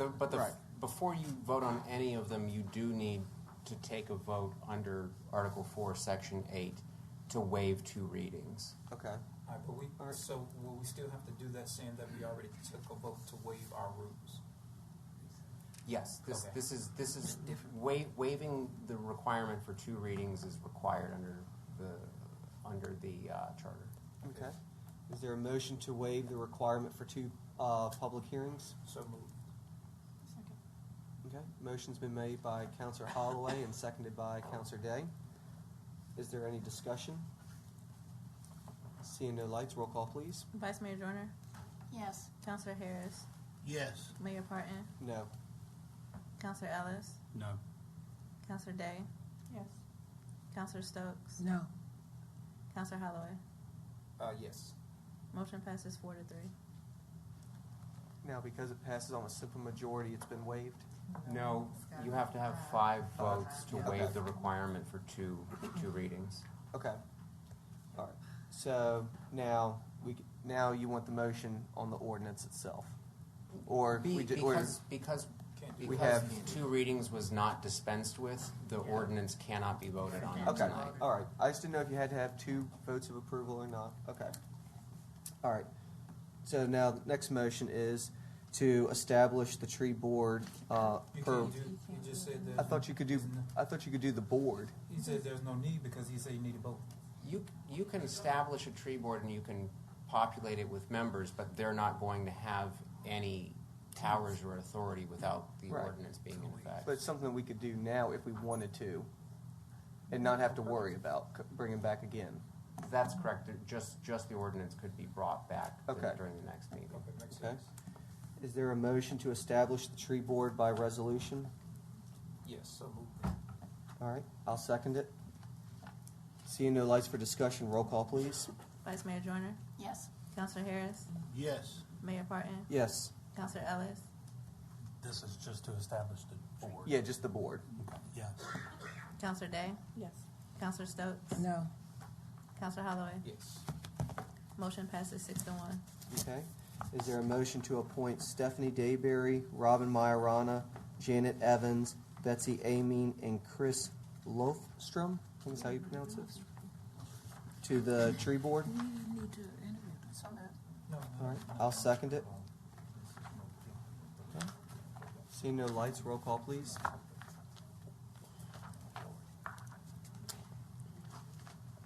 Vice Mayor Joyner made the motion. My light is Continue on. with the roll call, please. Vice Mayor Joyner, Yes. Counselor Harris, Yes. Mayor Parton, Yes. Counselor Ellis, Yes. you said yes. Counselor Day, Yes. Counselor Stokes, Abstain. So, yes. Counselor Holloway. Yes. Motion passes 7-0. Okay. Moving on to regular business, R1. I think it's Miss Lavina Rapoli.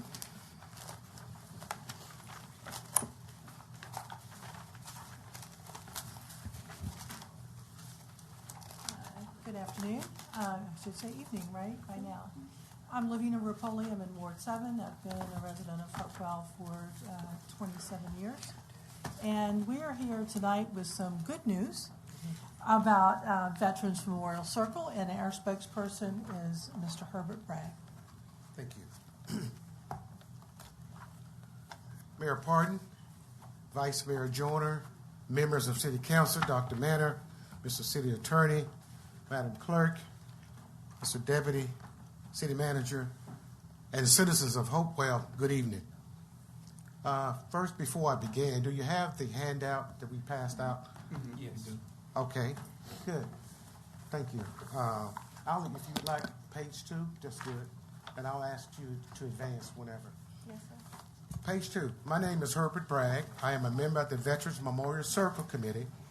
I'm honored to appear before council this evening, along with fellow committee members, for the purpose of seeking approval from council for the installation of Robert Penn Monument at 15th Avenue Circle in Hopewell.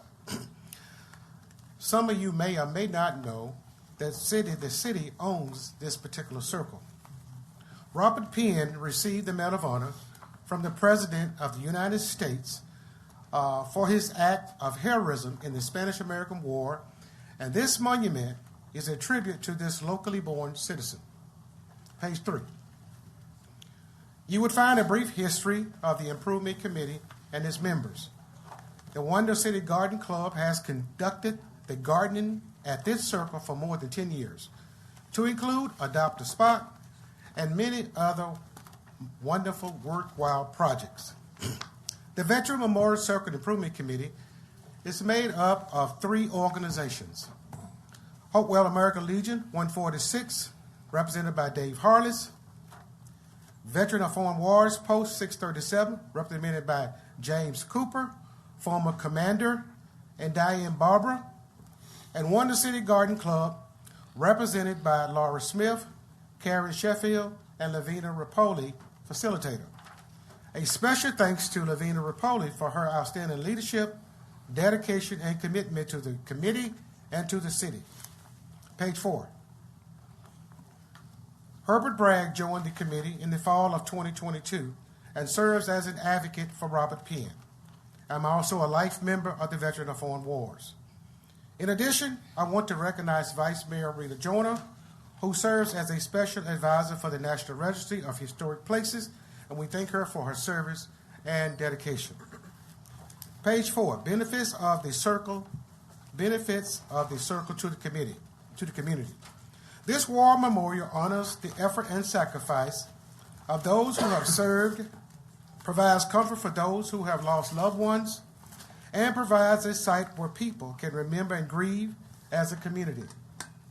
It also shows respect and gratitude for the sacrifices made.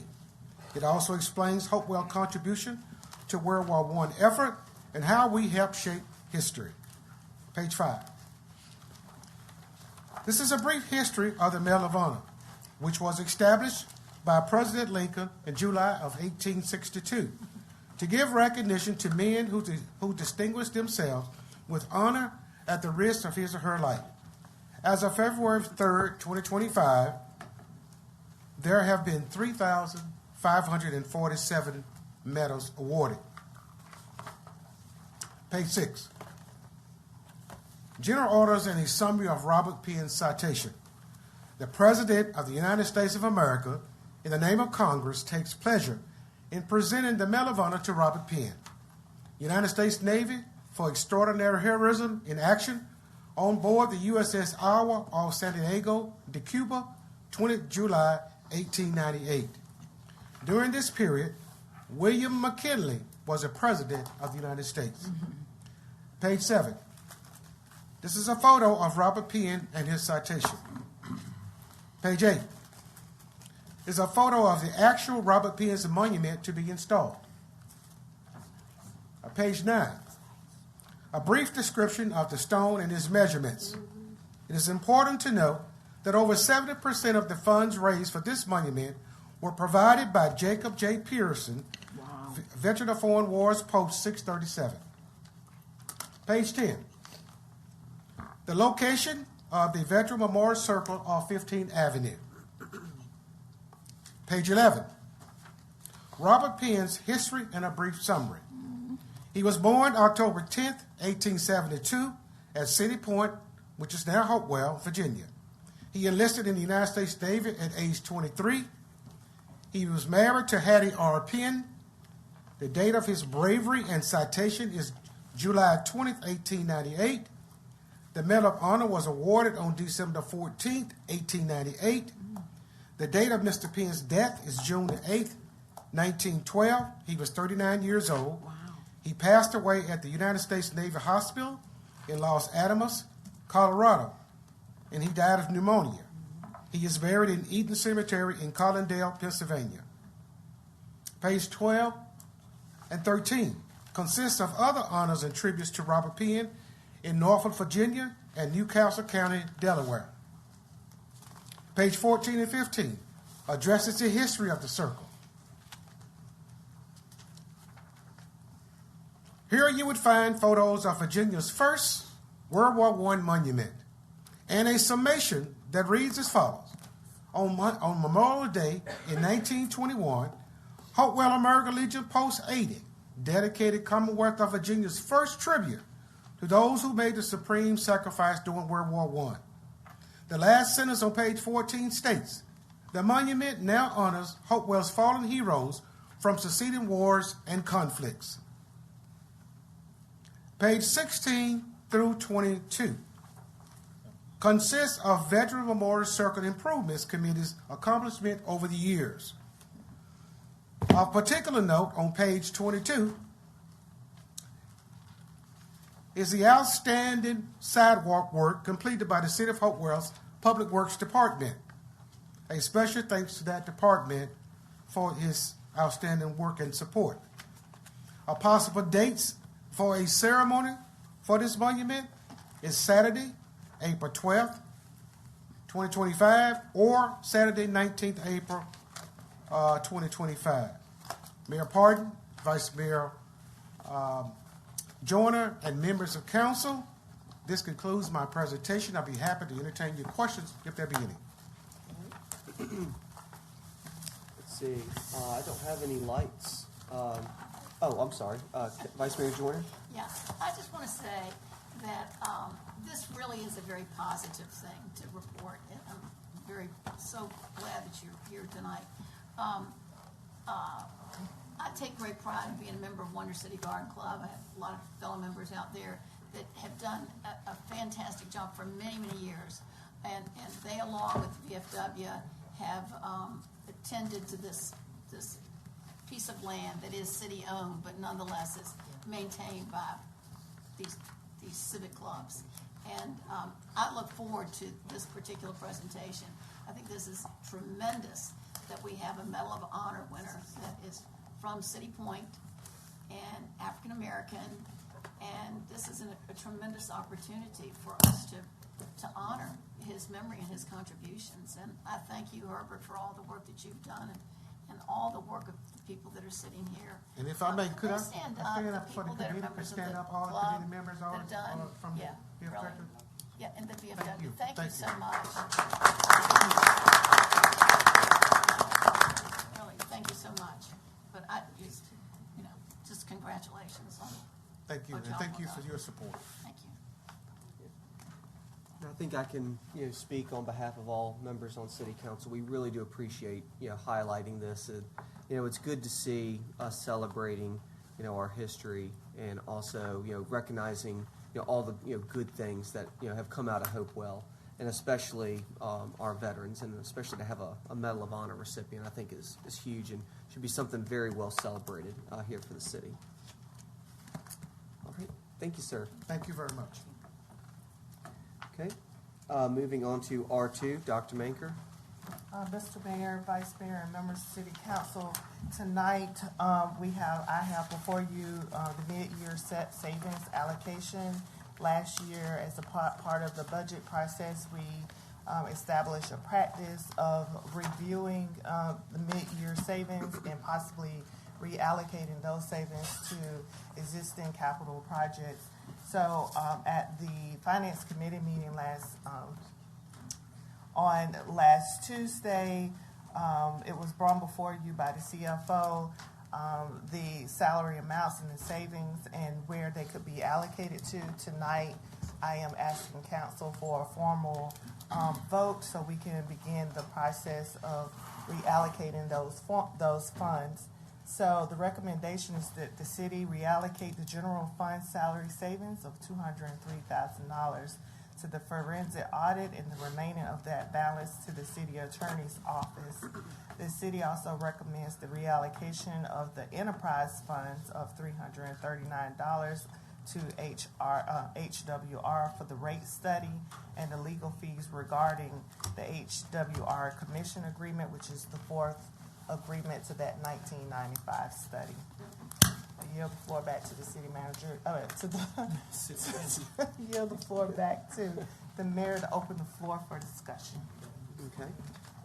At this time, is there a motion to resolve to approve the reallocation of the general fund salary savings of $203,000 to the forensic audit and the remaining balance to the city attorney office, and for the reallocation of the enterprise funds of $339,000 to the Hopewell Water Renewal for the rate study and legal fees regarding the Hopewell Water Renewal Commission Agreement, Fourth Amendment? So moved. All right, I'll second it. Is there any discussion? Seeing no lights, roll call, please. Vice Mayor Joyner?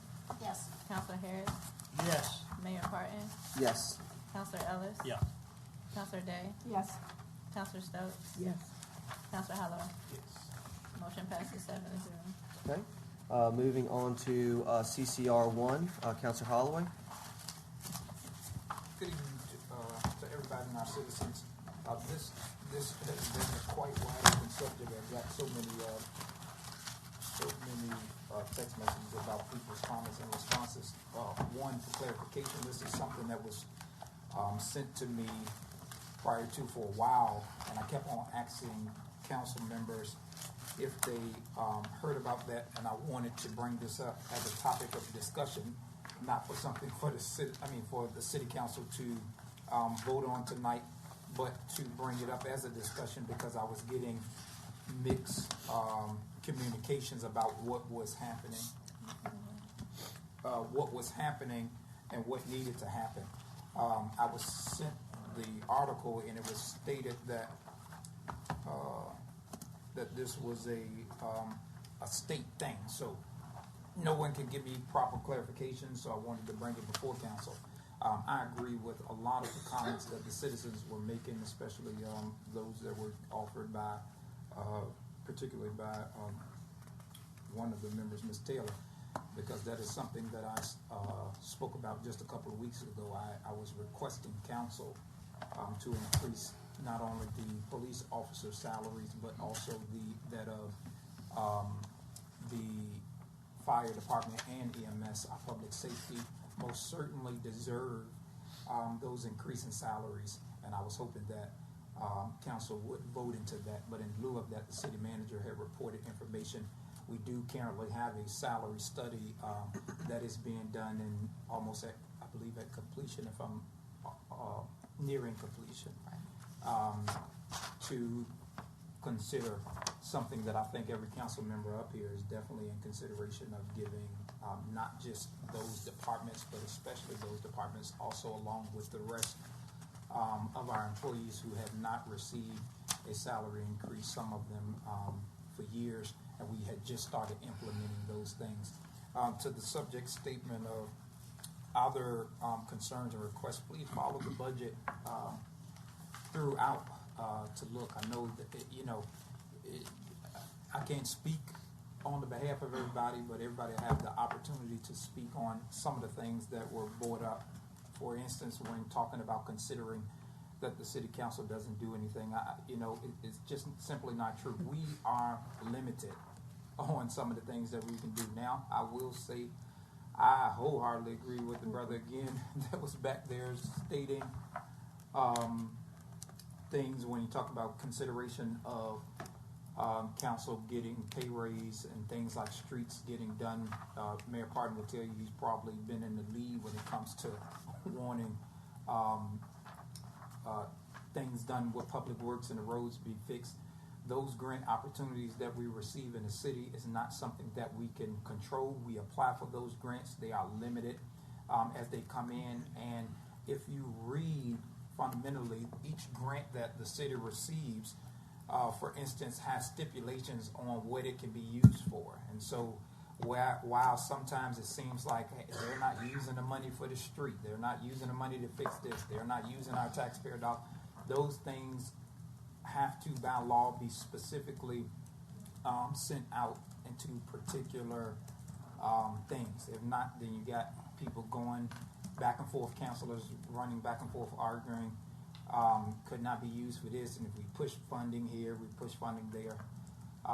And then one of the other things when you say if we're doing our jobs, sometimes you don't see, or you see hesitation. Sometimes you can't necessarily throw individual meetings out, but sometimes when it comes to supporting our community, we donate some of our award funds to particular organizations that are putting on events in our particular wards. I know, I think most of us have made those types of donations that build up community things in our ward.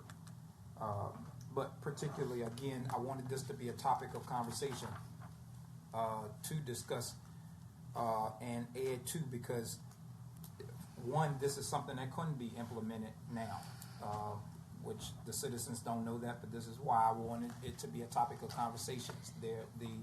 Some things that I looked into and asked the attorneys about, it has to be set in place, I believe, during like the next, and the attorney have to provide more information on it, but it couldn't even be set into place now.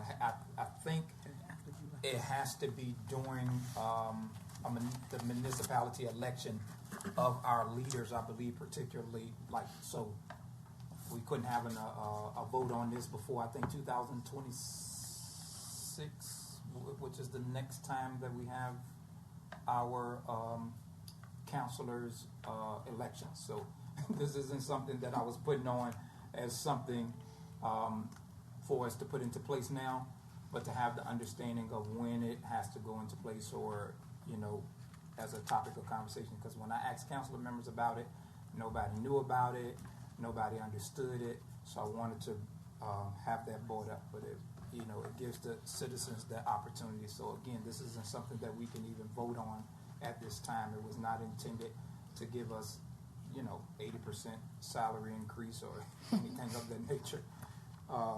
But again, it's something that has to be talked about, and it's something that I wanted to bring forth before the citizens in consideration, so it can be, again, communicated. Okay, first slide I had was Counselor Harris and then Counselor Day. For the record, I am not in favor of increasing the salary of myself or the councils at this time. And in my opinion, there is no need for any discussion about it. And that's all I have to say about it. Okay. Counselor Day and then Counselor Ellis. I would like to bring a motion to the floor that we just table this all together until our city has a bond rating again, until we get that straight and we actually do what we need to do and get our bond rating back. I'll second it. Okay. Counselor Ellis? Kudos to Counselor Harris. I feel the same way. I did not know anything about it really until it came out on the agenda. Counselor Holloway said that a lot of us didn't even know. Then I started seeing Facebook, and I said, yeehaw. So here we go, which was very entertaining to say the least. But I do like the participation. Exactly. I do like being held accountable. I do like seeing people up here. I've learned a lot about how y'all feel about a pay raise, trees. It's been very entertaining and it's a learning experience. I've been here 5 weeks, 6 weeks, and I have to accept accountability that now I'm being held accountable for what happened 6 months ago, what happened a year ago. A lot of that I have no control over. I do the best that I can to vote the right way. I was voted in this position to make the best decision for the city, not just Ward 4, but, and I think we've all talked about it, what's best for the whole city. I hope I don't have to put it on the agenda to get this kind of participation every council meeting. If that's what I got to do, I'll just put it on there and y'all all show up and we'll, whatever. But we do have some big ticket stuff coming up. We do, the Councilor Holloway talked about, the pay study and stuff like that. I mean, we need y'all. I want you here every Tuesday, every Thursday. I want to hear it, I mean, y'all made valid points. And we need to be held accountable. And it's just that simple. I'm not going to make the right vote every time. I'm going to vote the way I feel right now, and then I expect somebody from Ward 4 to dial me up and tell me how they feel. I mean, but I enjoy seeing y'all here. It's been a very good learning experience for me being new. Thank y'all for showing up. Thank you for, giving your opinion on it all. And I am not really in favor for it at all, really. So, thank y'all. Okay. Counselor Stokes? I have to ditto what Counselor Ellis stated.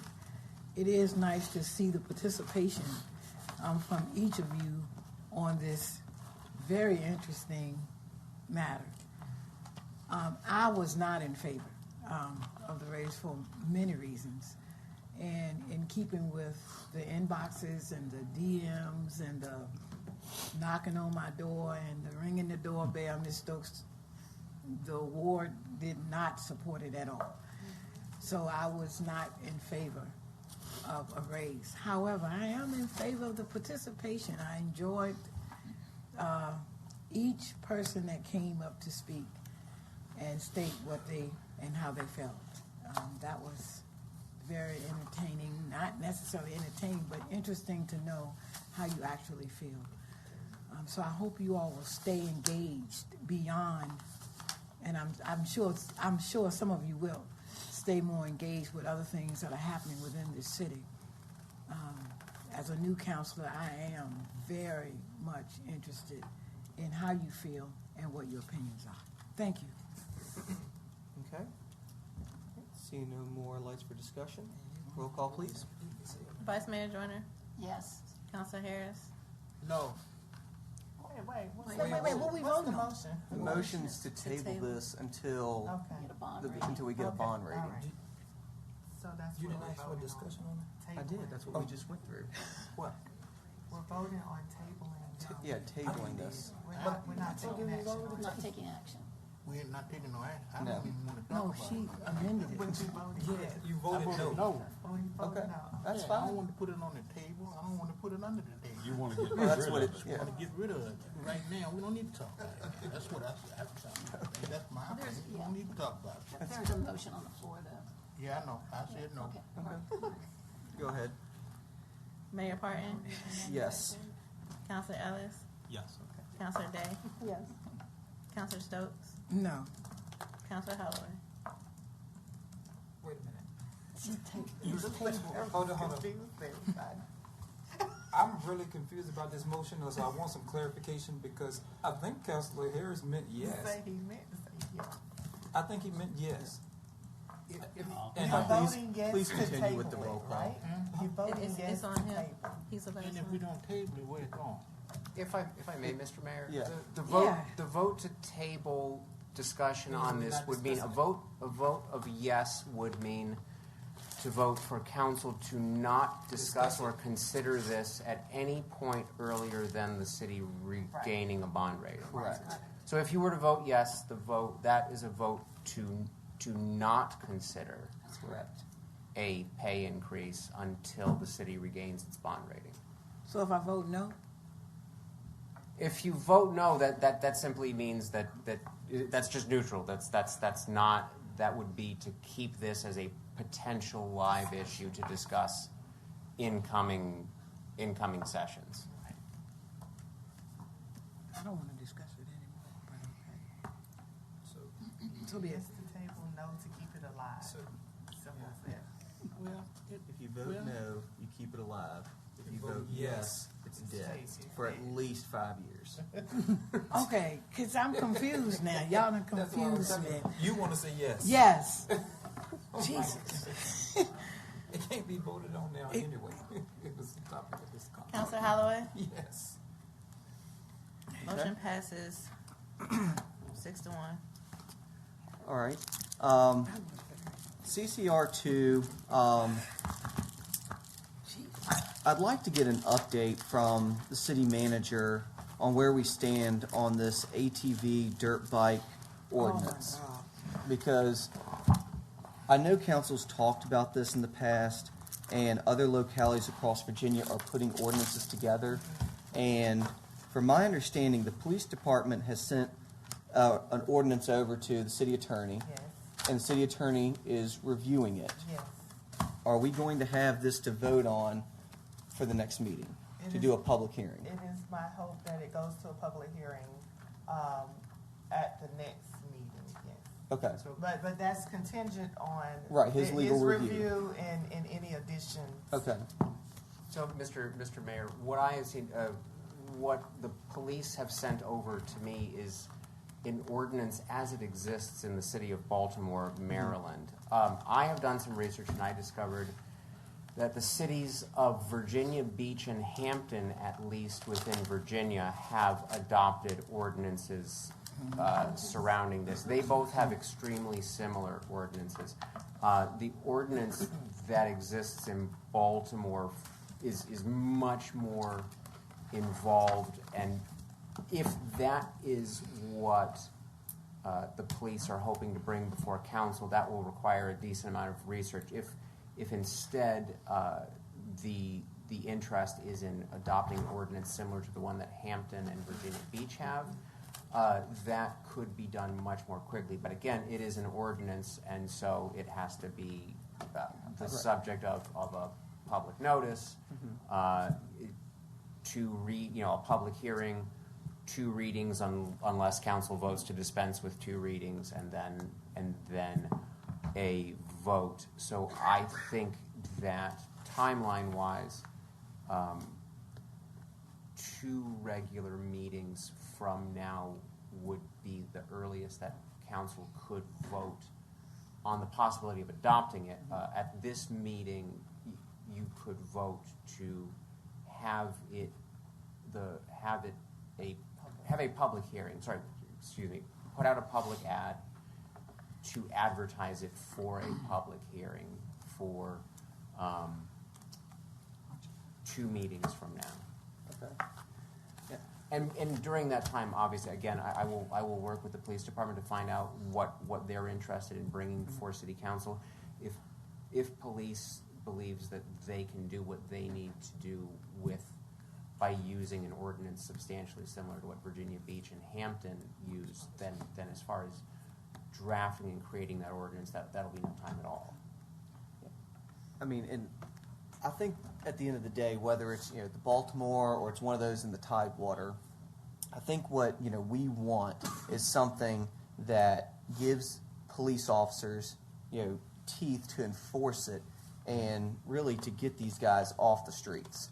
I mean, when we use our favorite word today, it was almost serendipitous. Coming before this meeting, literally 40 minutes, I got a phone call from a hysterical neighbor that literally was within inches of getting hit by one of these individuals riding one of these ATV dirt bikes. And she was out walking her dog, and when she called the non-emergency number, she was told there was nothing that the police could do. And I just think that that's horrible, first off. But second of all, the fact that they can speed down the streets, and police are told that they cannot pursue them or anything. I think, Dr. Manka, this is something that you need to talk with Chief Taylor about until we can get the ordinance in, but something's got to be done. Someone's going to get killed, either as an innocent bystander or, one of those individuals is going to get killed trying to pop a wheelie and get hit and get run over by a vehicle. And so, we got to do something to address this issue. Councilor Holloway and then Councilor Stokes. All right, so couple things. I think, as the mayor stated, I think every person. I saw a long post about this online, and the citizens talking about this overwhelmingly. And believe it or not, a lot of citizens say, "Hey, we want to get them off the street," but then the majority of the citizens were opposing it. Believe it or not, but either way, I think it's quite ridiculous that we are bought something from Maryland. I think we most definitely need to look at ordinance and stuff that have been put into place with Virginia's government, Virginia statutes, particularly because I was at a court case from a family that had called me down in Surrey, and while I was down there, there was an accident that had involved a police pursuit here in the state of Virginia, and it unfortunately a 5-year-old girl's life was lost in this pursuit, And so Virginia literally has statutes when it comes to the police being able to pursue people, so forth and so on.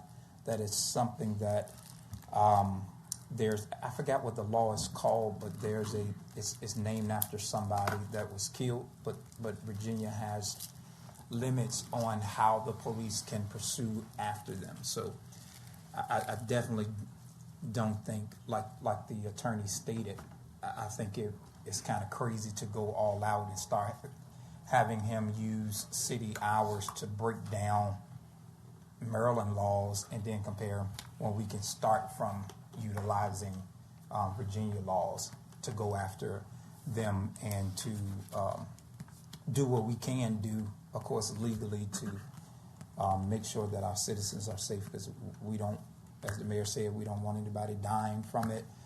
We don't want anybody seriously injured from it.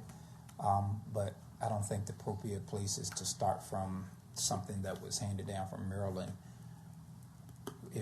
I follow Maryland's government as well on my city council page, and some of the statutes, it's just way different. So I think we need to start from something in our Virginia statute to address the matter. Okay.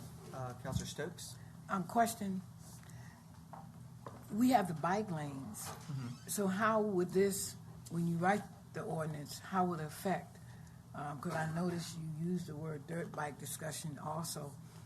But is there any, and I don't know how far you've gotten into it or what's going on with the discussions, If I understand your question, none of this before or after the adoption of this ordinance would affect the use of bike lanes, because right now the use of motor vehicles of any kind in a bike lane is forbidden. Obviously, without an ordinance like this, the ability of the police, what tools the police has at its disposal to deal with somebody, say on a dirt bike, who's not allowed to be already in a bicycle lane. The enforcement tools that police have are somewhat limited without the city considering an ordinance like this. But folks are already forbidden from riding a dirt bike in a bike lane. They're prevented? Yeah. You said from riding? Yeah, they're already prevented. It's already a violation of state and local law to ride a motorized vehicle in a bike lane. But again, there are some tools that are not available to the police in addressing something like that, something like somebody riding a dirt bike or an ATV in a bike lane. So, quick question. For consideration of council, can we direct the attorney? Apologize, I made a mistake here. My mic on. Can we direct the attorney to, while we're in the meantime waiting for the ordinance suggestion, can we direct the attorney to give the police department the enforcements that may already be in place that they may not be aware of? I'm already in contact with Chief Taylor about this. We're working on what options are available. Okay, good.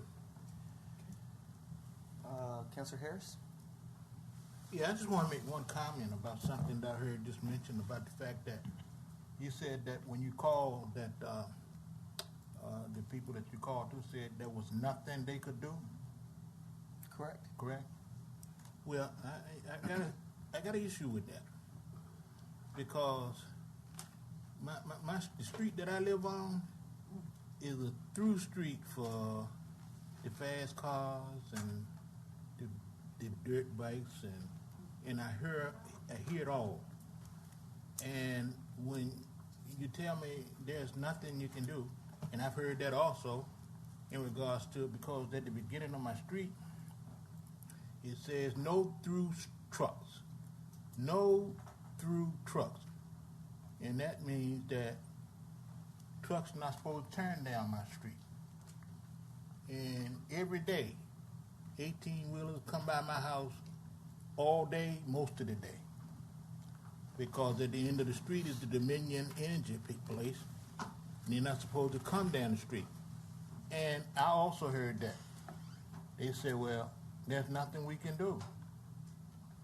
So I said that, what do we need to do? Catch them? I said, because if that's the case, I'll just go out and sit in the street when they come to stop them so you can see them on my street. And that's the way that they come through there, and it's dangerous. And we have a lot of small children on that street. So I just take issue with them telling me there's nothing we can do. That's, to me, is not a catcher for me. I'll even take it a step further. I actually called dispatch shortly thereafter because I ended up seeing them speed and almost hit me when I was getting ready to turn onto Broadway to come here to the city council meeting. And then she told me the exact same thing. So that's why I bring it up. Well, yeah, it's necessary because I think it is something that we can do. Now, I was about to say, now I know the pursuing is limited, but if there's state law that says they can't be on the highways and all that type of stuff, I even pulled it up myself. Why are we saying that there's absolutely nothing we can do? I don't think the term would be that we can't do anything. It's just that we having to organize the pursuit, right? So if an officer, for the ATVs and stuff, you have to have certain registrations and stuff with DMV. Right. And we got license plate readers and all that type of stuff in the city. Why are you saying that there's absolutely nothing we can do? I don't understand the nothing we can do part. I understand the pursuing. I apologize. I didn't mean to interrupt, Councilor Holloway. I'm not sure who or why your folks are being told that there's nothing that can be done. I think the problem is not that there's nothing that can be done, but that the options available to police are just not strong enough to actually deter it from happening. The biggest thing that the ATV and dirt bike ordinances that were adopted in Hampton and Virginia Beach do is they allow the police to impound the ATVs and the dirt bikes of these folks, which is a fairly serious outcome that doesn't exist right now, and that's an option that the police don't have. And then the second part of that is after they've been impounded, in those jurisdictions, the police can then turn to their city attorney's office and ask for the city attorney's office to engage in what's called a civil forfeiture action, which is basically to go to court and make those ATVs and dirt bikes actually become the property of the city, to dispose of it how they see fit, whether it's sale at auction or whether it's destruction. But that is the enforcement mechanism that cities have found to be the most effective at actually controlling this problem, and that enforcement mechanism doesn't exist here in Hopewell, and it would with an adoption of an ordinance similar to what Virginia Beach and Hampton have. Okay. All right, so aside of that, which adding that is understandable because then it scares people from driving more. But what do we need to direct the police department? Like, what does the city manager need to be speaking to the police department? Because if, like the mayor just said, if I call in to 911 and people and this is, I even see it online. I hear it all the time. They say they're not able to do anything about it. So they might not can impound right now or anything like that. But if they take a video of somebody riding in a bike lane, for instance, illegally, if somebody's recording it, or if they take a video of somebody almost hitting them, etc., and they can identify that particular registered vehicle or registered motor vehicle, whatever you want to call it, the police can do something about that, correct? There are things that already can be done. I don't know why folks are being told that there's nothing can be done. I don't think that that's literally true. I think that the reality, the truth is that there's nothing that is sufficiently effective. I know that there are things that other localities that don't have such an ordinance or didn't.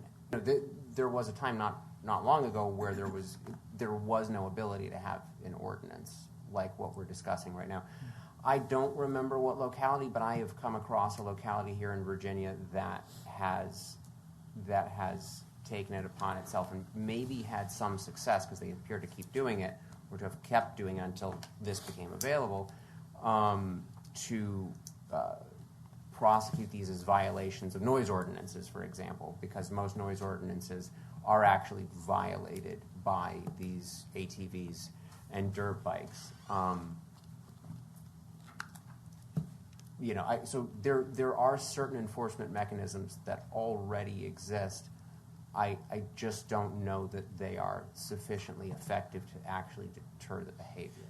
Now that I think I would have a problem with the noise ordinance part, unless they're particularly riding them on the highway, because ATVs, you can't move. You don't want to keep trying to move those big things. They are quite heavy to try to be moving them without being able to start them to properly put them in place to go on vacations and stuff. So, I don't want us to get it so extreme that somebody can't start their ATV, put them in the trailer. I apologize for interrupting. In most cities' noise ordinances, and I believe I looked at Hopewell's, and I believe it is similar. The vehicle has to make some series of loud noises, but over the space of either 3 or 5 minutes. You have to continuously be making noise over some number of minutes before you violated the noise ordinance. Yeah, but again, I think something should be done. And now, to, I guess, speak up to some of the police officers in place, which is probably one of the complaints that has been in our city chambers, is that we have a lack of police officers right now. So I've heard some of them particularly speak to the fact of there's nothing we can do about it. Not that there's actually nothing that they can do about it, but in space of saying we are so short-staffed that we have to do so many other things in response to so many other calls that we can't chase down those bike riders as fast as they are right now. So to have that understanding too, those are just some of the things that I've heard from our officers. But again, the city is working on those things. But again, thank you. All right, so is there consensus from City Council to hold the public hearing on March 25th? Or if that's I'm seeing more than 4 heads going north and south. Okay. Second thing is, do we have consensus that the city manager is going to speak with the police chief about this issue? Yeah. And get us a report as quickly as possible. Will do. Okay. The third CCR item is something I had thought about a while back. That we've had this City Point 5K for I think probably close to 20 years, if not more. And I think it would be good, and we would have an opportunity to promote some more sports tourism here in the city, and actually try to bring some money in and grow our local economy by adding a 10K option. I don't think it's very expensive. You see in other races how they add these options in. They put a sign that says repeat, the loop. And I think it might be a good idea to pilot it, for this year and see how well it does. And if it does well, we try to keep it around. If it doesn't turn out well, we just revert back to the 5K. But I think it's an opportunity to bring more people here to the city, especially the serious runners and the runners that are preparing themselves for half marathons that are in this area that could use this as a training day, and the city make money off of it. Question. Mm-hmm. Speaking to the fact that I think it's a great opportunity to actually participate in that, but doubling that size would then entail more cost and more spacing for parking and things of that nature. You just repeat the lap. Huh? The course stays the same. You just run the route twice. Right. Well, yeah, but it's also going to increase participation because more people look at the 10K more than they do the 5K is something and it grabs more attention, like you said. So, and in space, it will require our with that process that they have to get this certified for the fire department and the police department to shut more stuff down. What type of cost is going to incur? Can we before we jump to that 10K? Yeah, I mean, we could can we certainly do a have 7,500, or either at least get the information back as to what it would entail? Yeah, but I'm happy- all. yeah. I mean, I'm all for going to that direction because it's a big thing. Yeah, I mean, and how I look at it is if the town of Smithfield can host a sprint triathlon for hundreds of people to come through, I think we can handle a 10K, and especially when we keep the route the same and we just have them do the loop twice. Well, let's go for. Are we voting on it? But yeah, I mean, I'm saying, are we voting? Yeah, on I it? mean, we can vote tonight. You know, we can, have staff come back. I mean, Well, then we can move to make. I move to make a motion then to accept the 10K and I guess whatever responsibilities, and also to waive whatever my request. I don't know if you agree to it, but waive the whatever extra processes of fees that's necessary that we have to that needs to be paid. Kind of waive. I think it's all they do the whole process for the whole race. Yeah. So they would include that in there with their analysis on how they're going to handle traffic flow and everything. All right, so I'd like to make a motion to approve the. Yeah. To approve. Do I need to finish the motion, or are you about to say something? Go ahead and make the motion, and then we'll go into discussion. I'd like to make the motion to for the City Point 5K that's been going on for many years to be turned to a 10K. Well, this says adding 10K. Yeah, So you're adding the 10K option. So add a 10K option for the race in October. Okay, I'll second it. Councilor Ellis? Yeah, so this is something that's already been talked to by Tabitha, or is it just something that we're...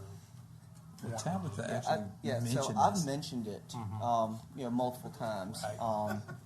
I But think, she does most of the logistics, right? Right. Is that who does it? yeah, she does the logistics of it, yeah. And I know as far as like police or fire, it's just traffic issues and... Yeah, us and standing. I'm perfectly amenable that if they go through this and they realize that there is something in there that Yes. none of us can see, bring it back. We'll just cut it out. Yeah, I doubt if I'm going to run, but I think it would be good for, to do it. I mean, I'm not against it or whatever, and I don't think it's a whole lot more logistics to it per se. I mean, you will have more people. Hopefully, that's what you want, But, And if they're worried about like a time permit issue, they can do what other races do. You have a certain time threshold that you have to hit. Yes. And if you don't hit it, you just pull it off the course. Okay. All right, councilors. Council still. Yeah, I think. You were first, and then Councilor Joyner. I put this out, in the Ward 6 community about you increasing it, and was amazed at the amount of persons that responded back in and out of the ward that they would want the 10K option. It's some runners in this city, and they really wanted the 10K option, so I support this. I was amazed. And what's the age limit on who can enter the race? Because I had some teenagers hit me up, and I wasn't sure if they... Yeah, teenagers can do it. Yeah, There's even younger Tabitha could ones. have that number, but I mean, they had the Kids Fun Run in Yeah. there. I think they were like younger runners that run They usually cross. just- One yeah. gentleman said, "I run cross country." Now I will do the race at 10K, 5K. That's too easy. You know what I'm saying? So it was interesting to get the feedback from the Ward 6 community and the community in large that was hitting me back because I put the question out there, and so yeah, I would support it. Councilor or Vice Mayor Joyner. Yeah, I guess I'm just concerned, the recommendation, I was wondering if somebody might be amenable to a friendly amendment to charge and authorize the city manager and her staff to explore adding this option to the City Point 5K race in October. I mean, I think that provides something, that allows the Parks and Rec director to get it together, working with the city manager. Yeah. And that way, you know, if they come up with some reason that they can't do it, it's not just like, you know, sort of shoving it down. Yeah. Yeah. So so what you're saying is if they're explored, then we just sending it back to be explored, but right now not voting on the option. But yeah, I mean, I certainly think that, yeah. Well, in that case, to add- just explore the maximum then. Yeah. Because they can bring us Yeah. back information that can go past that 10. Exactly. Yeah, Exactly. so yeah, that we want to explore, 5, 10, and 15K. Yeah, adding this option, yeah. Adding this and other options. Go ahead, Mr. Harris. If we talking about exploring options, do we do anything for the handicapped? I think that they have a special run. We do? Part of the city point. 'Cause Yeah, I've seen Pictures folks. from last year. Yeah, I've seen people, stroll folks. Yeah, oh, okay, I was just saying. If we- But yeah, I mean, if we that's do, then a fine. great. Walking or riding? Huh? I think they do kids. Yeah, I think they that's have okay. kids. Yeah, I think they have a a kid kids thing as portion, well. too. They do? Yes, sir. Okay. All right, Lord, putting one in there for roll later. Okay, so the amended motion, Councilor Holloway, are you okay with that amendment? Absolutely. Okay, and then, all right, and I'm in favor of that amendment. So the motion is to charge and authorize the city manager and her staff to explore the option of adding a 10K, a 15K, and I guess we call it a special race. Very good. So, if I heard the amendment correctly, you said Councilor Ellis got to enter the race? Yeah, Councilor Ellis going to do the race. Just kidding. I mean, we'll see. In a wheelchair. Get in a wheelchair. All right, roll call, please. Vice Mayor Joyner, Yes. Counselor Harris, Yes. Mayor Parton, Yes. Counselor Ellis, Yes. Counselor Day, Yes. Counselor Stokes, Yes. Counselor Holloway. Yes. Motion passes 7-0. Motion to adjourn. All in favor, say aye. Aye. Mm-mm. Well, I wanted to give a